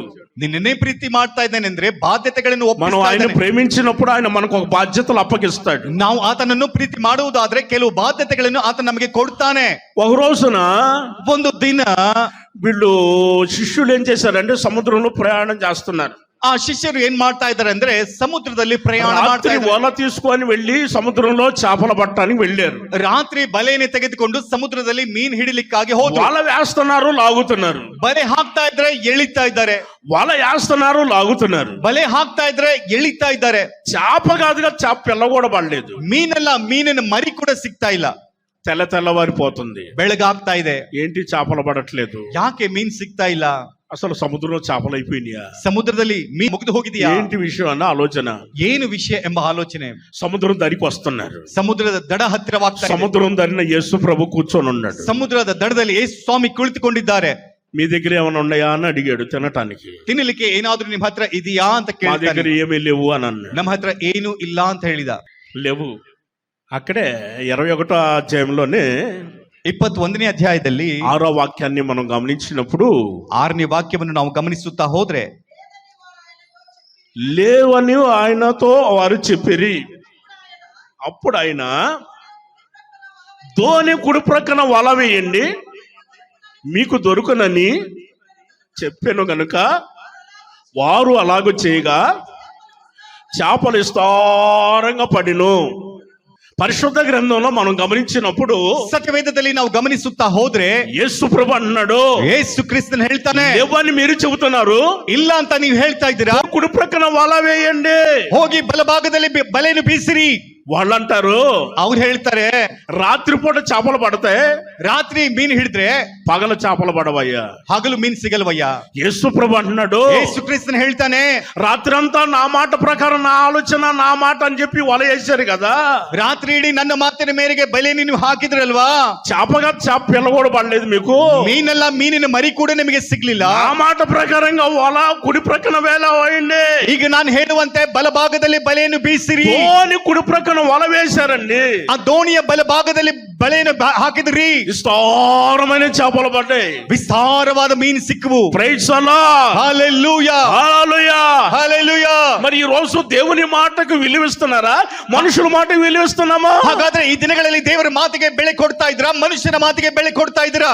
ఒకసారి ఆలోచన చేయండి. ಒಂದ್ಸಲಿ ಆಲೋಚನೆ ಮಾಡ್ರಿ. మనుషుల మాట ప్రకారంగా ఆలోచన చేసి వల వేస్తే చేపగా చేప పిల్ల కూడా పడ. ಮನುಷ್ಯರ ಆಲೋಚನೆ ಮೇರೆಗೆ ಬಲೆಯನ್ನು ಹಾಕಿದ್ರೆ ಮೀನಲ್ಲ, ಮೀನಿನ ಮರಿ ಕೂಡ ಸಿಗಲ್ಲ. దేవుని మాట ప్రకారం మనం చేశామంటే ದೇವರ ಮಾತಿನ ಮೇರೆಗೆ ನಾವು ಮಾಡಿದರೆ విస్తారమైన దీవెనలు కలుగుతాయి. ವಿಸ್ತಾರವಾದ ದಿವ್ಯಾಶೀರ್ವಾದ ఆమేన్. హల్లెలూయా. ಹಲ್ಲೆಲೂಯಾ. మూడో విషయాన్ని చూస్తాం. మూడవదిగా ಮೂರನೇ ವಿಷಯ ನೋಡ್ಕೊಳ್ಳೋಣ. ಮೂರನೇದು, అపోస్తుడైన పౌలు గారు ಅಪೊಸ್ತಲನಾದ ಪೌಲನವರು రోమిలికి రాసిన పత్రిక ರೋಮಿಯರಿಗೆ ಬರೆದಂತ ಪತ್ರಿಕೆ 5వ అధ్యాయము 5ನೇ ಅಧ್ಯಾಯ 5వ వాక్యం. 5ನೇ ವಾಕ್ಯ. ఎందుకు అనగా ఈ నిరీక్షణ మనను సిగ్గుపరచదు. మనకు అనుగ్రహింపబడి ఉన్న పరిశుద్ధాత్మ ద్వారా దేవుని ప్రేమ మన హృదయంలో కుమ్మరింపబడి ఉన్నదే. ఆమేన్. హల్లెలూయా. గట్టిగా చదవండి, హల్లెలూయా. హల్లెలూయా. అప్పుడైనా పౌలు గారు ఒక విషయాన్ని, ಅಪೊಸ್ತಲನಾದ ಪೌಲನವರು ಒಂದು ವಿಷಯವನ್ನು ఆ రోజున రోమా సంఘానికి ఈ విషయాన్ని తెలియజేశాడు. ಆ ದಿನಗಳಲ್ಲಿ ರೋಮ ಸಭೆಗೆ ಈ ವಿಷಯವನ್ನು ಹೇಳ್ತಾ ಇದ್ದಾರೆ. ఈ రోజు పరిశుద్ధాత్మ దేవుడు మనకు ఈ మాటను ಈ తెలియజేస్తున్నాడు. ದಿನ ಪವಿತ್ರಾತ್ಮ ದೇವರು ಈ ಮಾತು ನಮಗೂ ಕೂಡ ಹೇಳ್ತಾ ಇದ್ದಾನೆ. ఆయన ఏమని తెలియజేస్తున్నాడంటే, ಆತ ಏನೆಂದು ಹೇಳ್ತಾ ಇದ್ದಾನಂದ್ರೆ, పరిశుద్ధాత్మ ద్వారా ಪವಿತ್ರಾತ್ಮನ ಮೂಲಕ దేవుని ప్రేమను తీసుకొని వచ్చి, ದೇವರ ಪ್ರೀತಿಯನ್ನು ತಂದ್ಬಿಟ್ಟು పరలోకములో ఉన్న దేవుని ప్రేమను తీసుకొని వచ్చి ಪರಲೋಕದಲ್ಲಿರುವ ದೇವರ ಪ್ರೀತಿಯನ್ನು ತಂದು మన హృదయంలో కుమ్మరించాడు. ನಮ್ಮ ಹೃದಯದಲ್ಲಿ ಸುರಿಸ್ತಾ ಇದ್ದಾನೆ. మనం ఎవరమే? ನಾವ್ ಯಾರು? పెద్ద వీరులా సూరులమా? ನಾವೇನಾದ್ರು ದೊಡ್ಡ ವೀರರ ಶೂರರ? ఆటగాళ్ళమా పాటగాళ్ళమా? ಆಡುವಂತವರ ಹಾಡುವಂತವರ? కాదండి, ಇಲ್ರಿ. కాదు. మనం అంతా వీరాతి వీరులమా? ನಾವೇನಾದ್ರೂ ವೀರಾತಿ ವೀರ? ఎవరైనా సరే చెప్పండి. ಯಾರಾದ್ರೂ ಸರಿ ಹೇಳ್ರಿ. కాదు, నాలో ఏ మంచి ఉంది అనుకున్నావా? ಯಾವ ಒಳ್ಳೆತನ ನಮ್ಮಲ್ಲಿ ಇದೆ ಅಂತ ನಾವು నాలో ಹಾಡ್ತೇವೆ. ఏముంది, నాలో ఏమున్నది, నన్ను ఎంతగా ప్రేమించావు, నాలో ఏముంది, నాలో ఏముందని పాడుతున్నాం. ನನ್ನಲ್ಲಿ ಏನಿದೆ ಒಳ್ಳೆತನ ಅಂತ ನಾವು ಹಾಡ್ತೇವೆ. ಏನಿದೆ ರೀ ನಮ್ಮಲ್ಲಿ? ప్రార్థన చేసేటప్పుడు ప్రార్థన చేస్తున్నాం ఒట్టి వారమయ్యా, మట్టి వారమయ్యా. ಪ್ರಾರ್ಥನೆ ಮಾಡುವಾಗ ಪ್ರಾರ್ಥನೆ ಮಾಡ್ತೇವೆ, ನಾವು ಬರಿಗೈಯಿಂದ ಇದ್ದೇವೆ, ಏನು ಇಲ್ಲ ಅಂತ. నిజమేగా? ಇದು ನಿಜ ಅಲ್ವಾ? మనం ఒట్టి వారం మట్టి వారమే కదా. ನಾವು ಮಣ್ಣಿನಂತವರು, ಏನು ఈ ಇಲ್ಲದಂತವರಲ್ವಾ? మట్టి ఘట్టములో ಈ ಮಣ್ಣಿನಲ್ಲಿ మహిమైశ్వర్యాన్ని కుమరించిన వాడు ప్రభు. ಮಹಿಮ ಐಶ್ವರ್ಯವನ್ನು ತುಂಬಿದಂತವನು ಕರ್ತನು. పరిశుద్ధాత్మ దేవుడు ಪವಿತ್ರಾತ್ಮ ದೇವರು ఆ యొక్క పరలోకంలో ఉన్న దేవుని ప్రేమను తీసుకొని వచ్చి ಆ ಪರಲೋಕದಲ್ಲಿರುವ ದೇವರ ಪ್ರೀತಿಯನ್ನು ತಂದು మన హృదయంలో కుమరించాడండి. ನಮ್ಮ ಹೃದಯದಲ್ಲಿ ಸುರಿಸಿದ. Praise the Lord. హల్లెలూయా. అయితే పరిశుద్ధాత్మను పొందాలి, ಆದ್ರೆ ಪವಿತ್ರಾತ್ಮನನ್ನು ಹೊಂದಬೇಕು. పరిశుద్ధాత్మ పూర్ణులుగా మార్చబడాలి, ಪವಿತ್ರಾತ್ಮ ಪೂರ್ಣರಾಗಬೇಕು. పరిశుద్ధాత్మలో ఆనందించాలి, ಪವಿತ್ರಾತ್ಮನಲ್ಲಿ ಆನಂದಿಸಬೇಕು. పరిశుద్ధాత్మలో సంతోషించాలి. ಪವಿತ್ರಾತ್ಮನಲ್ಲಿ ಸಂತೋಷಿಸಬೇಕು. ఇది పరిశుద్ధాత్మ కలిగిన సంఘం. ಇದು ಪವಿತ್ರಾತ್ಮ ಉಳ್ಳ ಸಭೆ. ఇది ఆది అపోస్తలుల యొక్క సంఘం. ಇದು ಆದಿ ಅಪೊಸ್ತಲ ಉಳ್ಳರ ఇది ಸಭೆ. మహిమ కలిగిన సంఘం. ಇದು ಮಹಿಮೆಯುಳ್ಳ ಸಭೆ. కనుక పరిశుద్ధాత్మను పొందాలి, ಅದಕ್ಕಾಗಿ ಪವಿತ್ರಾತ್ಮ ಹೊಂದಬೇಕು. ఆత్మపూర్ణులుగా మార్చబడాలి. ಆತ್ಮ ಪೂರ್ಣರಾಗಬೇಕು. కొంతమంది ఆరాధన సమయంలో, ಕೆಲವರು ಆರಾಧನೆ ಸಮಯದಲ್ಲಿ పాట పాడుచున్న సమయంలో ಹಾಡನ್ನು ಹಾಡ್ತಾ ಇರ್ಬೇಕಾದ್ರೆ, అందరూ ఆరాధన చేసుకుంటున్నప్పుడు ಎಲ್ಲರೂ ಆರಾಧನೆ ಮಾಡ್ತಾ ಇರ್ಬೇಕಾದ್ರೆ కొంతమంది కళ్ళు తెరిచి ఎక్కడ చూస్తున్నారు. ಕೆಲವರು ಕಣ್ಗಳನ್ನು ತೆರೆದು ಹೀಗೆ ನೋಡ್ತಾ ಇದ್ದಾರೆ. ఎక్కడ చూస్తున్నారు? ಹೀಗೆಲ್ಲಾ ನೋಡ್ತಾ ಇದ್ದಾರೆ.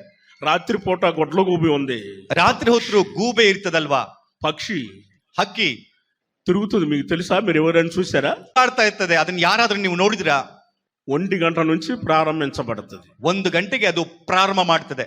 అది రాత్రి 3-4 గంటల వరకు తిరుగుతుంది. ರಾತ್ರಿ 3 ಅಥವಾ 4 ಗಂಟೆವರೆಗೂ ತಿರುಗ್ತಾ ಇರ್ತದೆ. గొడ్ల గూబని ಅದೊಂದು ಗೂಬೆಯ ಅಂತ తొలానుంటాయి, ಕಣ್ಣಿಷ್ಟು ದಪ್ಪಾಗಿರ್ತದೆ. తొలానుంటాయి కళ్ళు.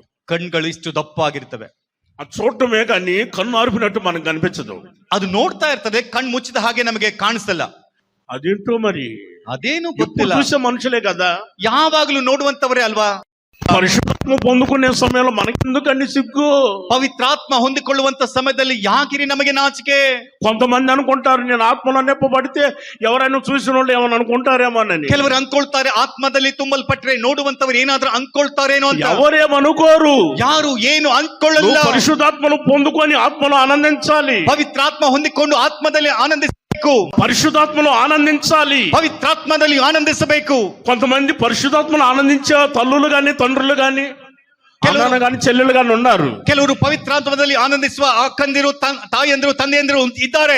వాళ్ళు అలా ఆనందినప్పుడు ಅವರು ಹಾಗೆ ಆನಂದಿಸುವಾಗ దేవుని యొక్క మహిమను చూస్తున్నారు. ದೇವರ ಮಹಿಮೆ ನೋಡ್ತಾ ಇದ್ದಾರೆ. దైవ సేవకులు అక్కడ ఆత్మను ఆనందిస్తూ పాట పాడుతుంటే, ದೈವ ಸೇವಕರು ಆತ್ಮದಲ್ಲಿ ಹರ್ಷಿಸಿ ಹಾಡನ್ನು ಹಾಡ್ತಾ ಇದ್ರೆ, పరిశుద్ధాత్మ దేవుడు ఎలా పౌరు వలె తిరుగుతున్నట్టుగా వాళ్ళు చూస్తున్నారు. ಪವಿತ್ರಾತ್ಮ ದೇವರು ಪಾರಿವಾಳದ ಹಾಗೆ ಇಳಿದು ಬರುವುದನ್ನು ದರ್ಶನದಲ್ಲಿ ನೋಡ್ತಾ ಇದ್ದಾರೆ. Praise the Lord. Hallelujah. Hallelujah. Hallelujah. ఈ రోజు ప్రియ దేవుని బిడ్డ, ಇದನ್ನ ಪ್ರಿಯ ದೇವರ ಮಕ್ಕಳೇ, నువ్వు పరిశుద్ధాత్మ పూర్ణాలుగా మార్చబడాలి. ಪವಿತ್ರಾತ್ಮ ಪೂರ್ಣರಾಗಬೇಕು ನೀವು. ఆమేన్. ಆಮೆನ್. హల్లెలూయా. హల్లెలూయా. నాలుగో విషయాన్ని చూద్దాం పరిశుద్ధ గ్రంథంలో. ಸತ್ಯವೇದದಲ್ಲಿ 4ನೇ ವಿಷಯವನ್ನು ಕೂಡ ನಾವು ನೋಡೋಣ. యోహాను రాసిన మొదటి పత్రిక ಯೋಹಾನನು ಬರೆದಂತ ಮೊದಲನೇ ಪತ್ರಿಕೆ 2వ అధ్యాయము 2ನೇ ಅಧ್ಯಾಯ 5వ వాక్యాన్ని మనం చదువుకుందాం. 5ನೇ వాక్యವನ್ನು ನಾವು ಓದಿಕೊಳ್ಳೋಣ. ఆయన మాట ఎవరు గైకొంటున్నారో వారిలో దేవుని ప్రేమ నిజముగా పరిపూర్ణమాయను. పరిశుద్ధ గ్రంథంలో రాయబడి ఉన్న వాక్యాన్ని మనం గమనిస్తే, ಸತ್ಯವೇದದಲ್ಲಿ ಬರೆದಿರುವ ವಾಕ್ಯವನ್ನು ನಾವು ಗಮನಿಸುವುದಾದರೆ, దేవుని వాక్యాన్ని ఎవరైతే గైకొంటున్నారో, ದೇವರ ವಾಕ್ಯವನ್ನು ಯಾರು ಕೈಗೊಂಡು ನಡೀತಾರೋ, ನಿಜವಾಗಿ దేవుని ప్రేమ, ದೇವರ ಪ್ರೀತಿ వారిలో పరిపూర్ణమాయను, ಅವರಲ್ಲಿ ಪರಿಪೂರ್ಣವಾಯಿತು. పరిశుద్ధ గ్రంథంలో మనకు తెలిసిన ఒక కుటుంబం ఉంది. ಸತ್ಯವೇದದಲ್ಲಿ ನಮಗೆ ತಿಳಿದಿರುವ ಒಂದು ಕುಟುಂಬ ಇದೆ. మార్తమ్మ, మరియమ్మ, లాజరు. ಮಾರ್ತಾ, ಮರಿಯಳು, ಲಾಜರನು. బేతన్యా గ్రామం, ಬೇತನಿಯ ಗ್ರಾಮ. దైవజనులైన యేసన్న గారు, ದೈವ ಸೇವಕರಾದ ಏಸನ್ನನವರು, వారితో పాటు ಅವರ ಸಂಗಡ 2011వ సంవత్సరం 2011ನೇ ವರ್ಷ యెరూషలేం వెళ్ళటం జరిగింది. ನಾನು ಯೆರೂಸಲೇಮಿಗೆ ಹೋದೆ. ఆ యెరూషలేం వెళ్ళినప్పుడు ಆ ಯೆರೂಸಲೇಮಿಗೆ ಹೋದಾಗ ఈ బేతన్య గ్రామానికి కూడా వెళ్ళాను. ಆ ಬೇತನಿಯ ಗ್ರಾಮಕ್ಕೂ ಕೂಡ ನಾವು ಹೋದೆ. ఆ ప్రదేశం అంతా చూపించారు దైవజనులు. ದೈವ ಸೇವಕರು ಆ ಪ್ರದೇಶವನ್ನೆಲ್ಲ ತೋರಿಸಿದ್ರು. అక్కడ ఆ ప్రదేశం అంతా చూసినప్పుడు మాకు చాలా ఆనందం కలిగింది. ಅಲ್ಲಿರುವಂತಹ ಆ ಪ್ರದೇಶವನ್ನೆಲ್ಲ ನೋಡಿದಾಗ ನಮಗೆ ಬಹಳ ಆನಂದವನಿಸ್ತು. అక్కడ మనం అంత ప్లేస్ చూస్తే మనకు ఒక సంతోషంగా ఉంటది. ಆ ಪ್ಲೇಸ್ ಎಲ್ಲ ನೋಡಿದ್ರೆ ನಮಗೆ ಒಂದು ಸಂತೋಷ ಬರ್ತದೆ. పరిశుద్ధ గ్రంథంలో రాయబడి ఉన్న విషయాన్ని మనం గమనించి చూస్తే, సత్యవేదದಲ್ಲಿ ಬರೆದಿರುವಂತಹ ವಿಷಯವನ್ನು ನಾವು ಗಮನಿಸ್ತಾ ನೋಡುವುದಾದರೆ, యేసు ప్రభు ఎప్పుడు ఆ దారిని వెళ్ళినా గానీ, ಯೇಸು ಸ್ವಾಮಿ ಯಾವಾಗಲೂ ಆ ದಾರಿಯಲ್ಲಿ ಹೋದ್ರು ಕೂಡ బేతన్య గ్రామంలో ఆ ఇంటి దగ్గరికి వస్తాడు. ಬೇತನ್ಯ ಗ್ರಾಮದಲ್ಲಿ ಆ ಮನೆ ಹತ್ರಕ್ಕೆ ಬರ್ತಾರೆ. ఆ అక్కలు చాలా మంచోళ్ళు. ಆ ಅಕ್ಕನವರು ಕೂಡ ಬಹಳ ಒಳ್ಳೆಯವರು. యేసు ప్రభుకి ఆ భోజనం ఏర్పాటు చేసేవారు. ಯೇಸು ಸ್ವಾಮಿಗೆ ಭೋಜನವನ್ನು ಏರ್ಪಾటు ಮಾಡ್ತಾ ಇದ್ರು. ఏర్పాటు చేసేవారు, ಚೆನ್ನಾಗಿ ಏರ್ಪಾటు ಮಾಡ್ತಾ ಇದ್ರು. ఎవరో 100కి ఒకరు ఉంటారండి అలాంటి వాళ్ళు. ಯಾರ 100ರಲ್ಲಿ ಒಬ್ಬರು ಹಾಗೆ ಇರ್ತಾರೆ. ఆ రోజుల్లో కూడా బహుజన సమూహం యేసు ప్రభుని వెంబడించినట్లుగా పరిశుద్ధ గ్రంథంలో మనకు కనిపిస్తాయి. ಆ ದಿನಗಳಲ್ಲಿ ಬಹು ಜನ ಸಮೂಹವು ಯೇಸು ಸ್ವಾಮಿಯನ್ನು ಹಿಂಬಾಲಿಸಿದ ಹಾಗೆ ಸತ್ಯವೇದದಲ್ಲಿ ನಮಗೆ ಕಾಣಿಸ್ತದೆ. అంత బహుజన సమూహంలో ఎవరైనా వాటర్ బాటిల్ తీసుకొచ్చినట్టు కనిపించాయా? ಅಷ್ಟು ಬಹು ಜನ ಸಮೂಹದಲ್ಲಿ ನೀರಿನ ಬಾಟಲ್ ತಂದ ಹಾಗೆ ಕಾಣಿಸ್ತದ? యేసు ప్రభుకి ఎవరైనా సరే భోజనం తీసుకొచ్చినట్లుగా కనిపించాయా? ಯೇಸು ಸ್ವಾಮಿಗೆ ಯಾರಾದ್ರೂ ಭೋಜನ ತಂದ ಹಾಗೆ ಕಾಣಿಸ್ತದ? బహుజన సమూహం వచ్చినట్లుగా కనపడతాయి. ಬಹು ಜನ ಸಮೂಹ ಬಂದ ಹಾಗೆ ಕಾಣಿಸ್ತದೆ. వాటర్ బాటిల్ ఎవరైనా తీసుకొచ్చినట్టుగా కనిపించాయా? వాటర్ బాటిల్ ಯಾರಾದ್ರೂ ತಂದ ಹಾಗೆ ಕಾಣಿಸ್ತದ? అందరూ వస్తున్నారు, వాక్యం వింటున్నారు, ప్రార్థన చేయించుకుంటున్నారు, స్వస్థత పొందుతున్నారు, తిరిగి వెళ్ళిపోతున్నారు. ಎಲ್ಲರೂ ಬರ್ತಾ ಇದ್ರೆ, ವಾಕ್ಯ ಕೇಳ್ತಾ ಇದ್ರೆ, ಪ್ರಾರ್ಥನೆ ಮಾಡಿಸಿಕೊಂಡು ಸ್ವಸ್ಥತೆ ಹೊಂದಿ ಹೋಗ್ತಾ ಇದ್ದಾರೆ. అంతసేపు వాక్యం చెబుతున్నాడు కదా, ಅಷ್ಟು ಹೊತ್ತು ವಾಕ್ಯ ಹೇಳ್ತಾ ಇದಾರಲ್ವಾ? కనీసం వాటర్ బాటిల్ అన్ని ఇద్దాం మనం. ಕನಿಷ್ಠ ವಾಟರ್ ಬಾಟಲ್ ಆದ್ರೂ ನಾವು ಕೊಡೋಣ. సేపు అరుస్తున్నాడు కదా, ಅಷ್ಟು ಹೊತ್ತು ಚೀರಾಡ್ತಾ ಇದ್ದಾರೆ. ఎంత తినేదానికి కొంచెమైనా తీసుకొని వెళదాం, ಸ್ವಲ್ಪವಾದ್ರೂ ತಿನ್ನಲಾದ್ರೂ ತೆಗೆದುಕೊಂಡು ಹೋಗೋಣ. కాదండి, వాక్యంలో ఏమని రాస్తుంది? ಇಲ್ರಿ, ವಾಕ್ಯದಲ್ಲಿ ಏನ್ ಬರ್ದಿದೆ?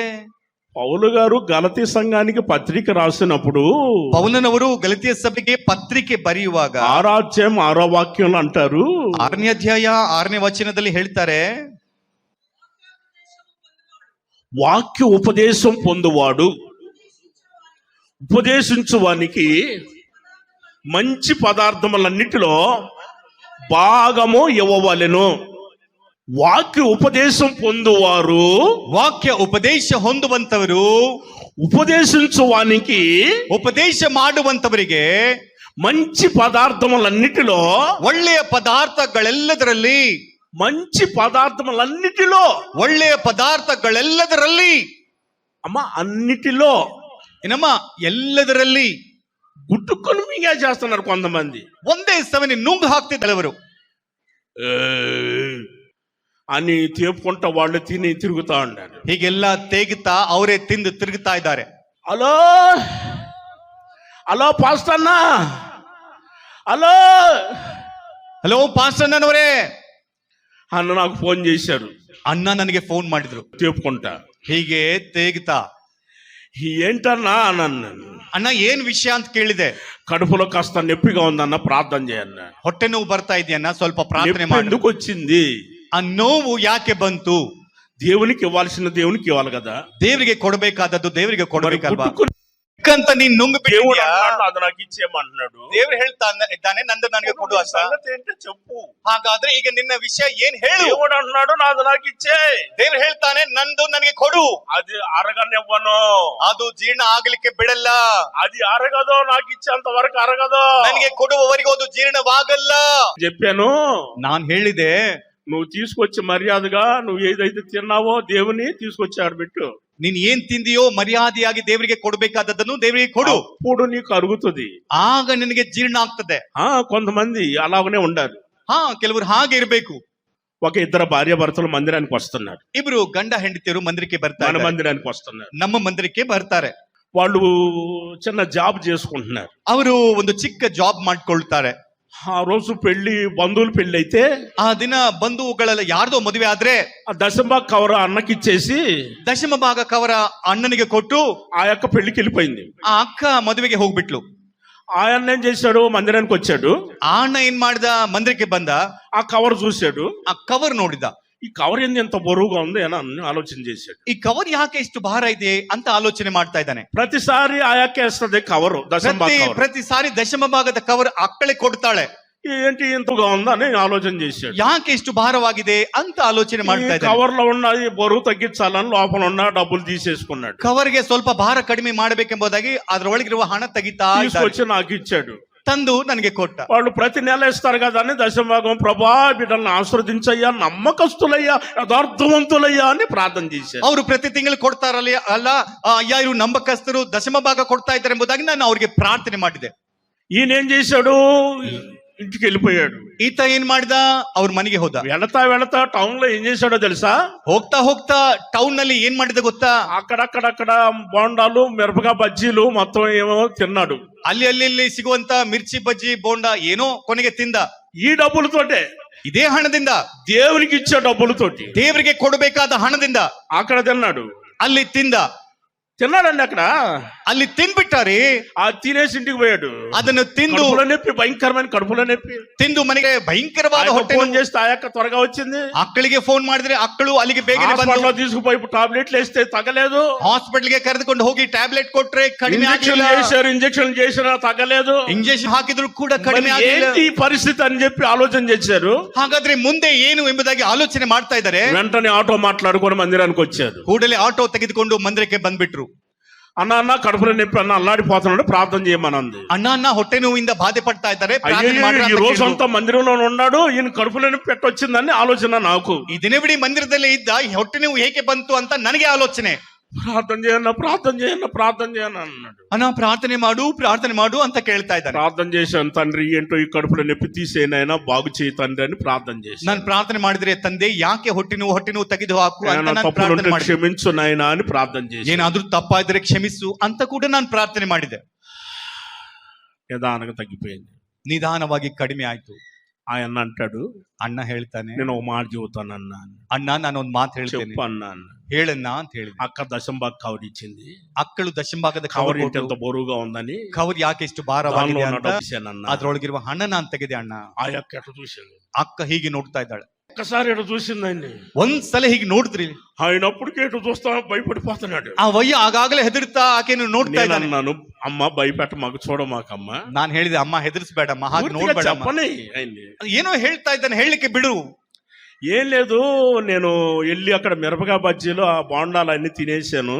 ಏನಿಲ್ಲ, ನಾನಲ್ಲಿ ಹೋಗಿ ಮಿರ್ಚಿ ಬಜ್ಜಿ ಬೋಂಡಾ ಬಜ್ಜಿ ತಿಂದೆ. డబ్బులు అయ్యి, ಅದು ದೇವರ ಹಣ ಅಲ್ವಾ, నేను తినేసానన్న. ಅಣ್ಣ ಅದನ್ನ ನಾನು ತಿಂದ್ಬಿಟ್ಟೆ, కడుపులో నొప్పి వచ్చింది. ಅದಕ್ಕಾಗಿ ನನಗೆ ಹೊಟ್ಟೆ ನೋವು ಬಂತು. డబ్బులు నేను తీసుకొని మరలా వెంటనే తీసుకొచ్చి కవర్లో పెట్టి ఇచ్చేసాడు. ಮತ್ತೆ ಆ ಹಣ ತಂದುಕೊಟ್ಟು ಕವರ್ ನಲ್ಲಿಟ್ಟು ನನಗೆ ಕೊಟ್ರು. నేను ఎప్పుడు కూడా కవర్ నేను నా చేతులతో నేను ఇవ్వను, ಯಾವಾಗ್ಲೂ ನನ್ನ ಕೈಯಾರೆ ಕವರ್ ನಾನು ಕೊಡಲ್ಲ అని ఆయన ఒప్పేసుకున్నాడు. ఆయన ಅಂತ ಆತನು ಒಪ್ಪಿಕೊಂಡ. నేను ఆ అక్కతో చెప్పాను, ನಾನು ಅಕ್ಕಳಿಗೆ ನಾನು ಹೇಳಿದೆ, అమ్మ ఎంతటితో మర్చిపోమ్మా, నువ్వు ಅಮ್ಮ ಇಷ್ಟಕ್ಕೆ ನೀನೆಲ್ಲ ಮರ್ತು ಹೋಗಮ್ಮ. ఇంటి దగ్గరికి వెళ్ళిన తర్వాత మరలా మాట్లాడమ్మా. కానీ ಮನೆಗೆ ಹೋದ ನಂತರ ಈ ವಿಷಯವನ್ನು ಮತ್ತೆ ಮನೆಯಲ್ಲಿ ಮಾತಾಡಲ್ಲ కదా వాళ్ళని. ಹಾಗೆ ನಾನು ಸಮಾಧಾನ ಮಾಡ್ಬೇಕಲ್ಲ ಅವರಿಗೆ. రెండోసారి చేయనంటున్నాడు కదా, ಮತ್ತೆ ಮಾಡಲ್ಲ ಅಂತ ಹೇಳ್ತಾ ಇದ್ದಾನಲ್ವಾ. సరేలా నంది. ಸರಿ ಆಗ್ಲಿ ಅಣ್ಣ ಅಂತ ಹೇಳಿದ್ರು. ఆ అన్న సలబడిపోయాడు సార్లోని. ಆ ಅಣ್ಣ ಸಾಧಾರಣವಾಗಿ ಮೆತ್ತಗಾದ. దేవుని డబ్బులు దేవునికి, ದೇವರ ಹಣ ದೇವರಿಗೆ ಕೊಡಬೇಕು. మంచి పదార్థములన్నిటిలో ఆయనకి భాగం ఇవ్వాలి. ಒಳ್ಳೆಯ ಪದಾರ್ಥಗಳಲ್ಲಿ ಆತನಿಗೆ ಭಾಗ మంచి ಕೊಡಬೇಕು. అన్నిటిలో భాగం ఇస్తున్నారా? ಒಳ್ಳೆಯ ಪದಾರ್ಥ ಎಲ್ಲ ಪದಾರ್ಥದಲ್ಲಿ ಭಾಗ ಕೊಡ್ತಾ ಇದ್ದೀರಾ?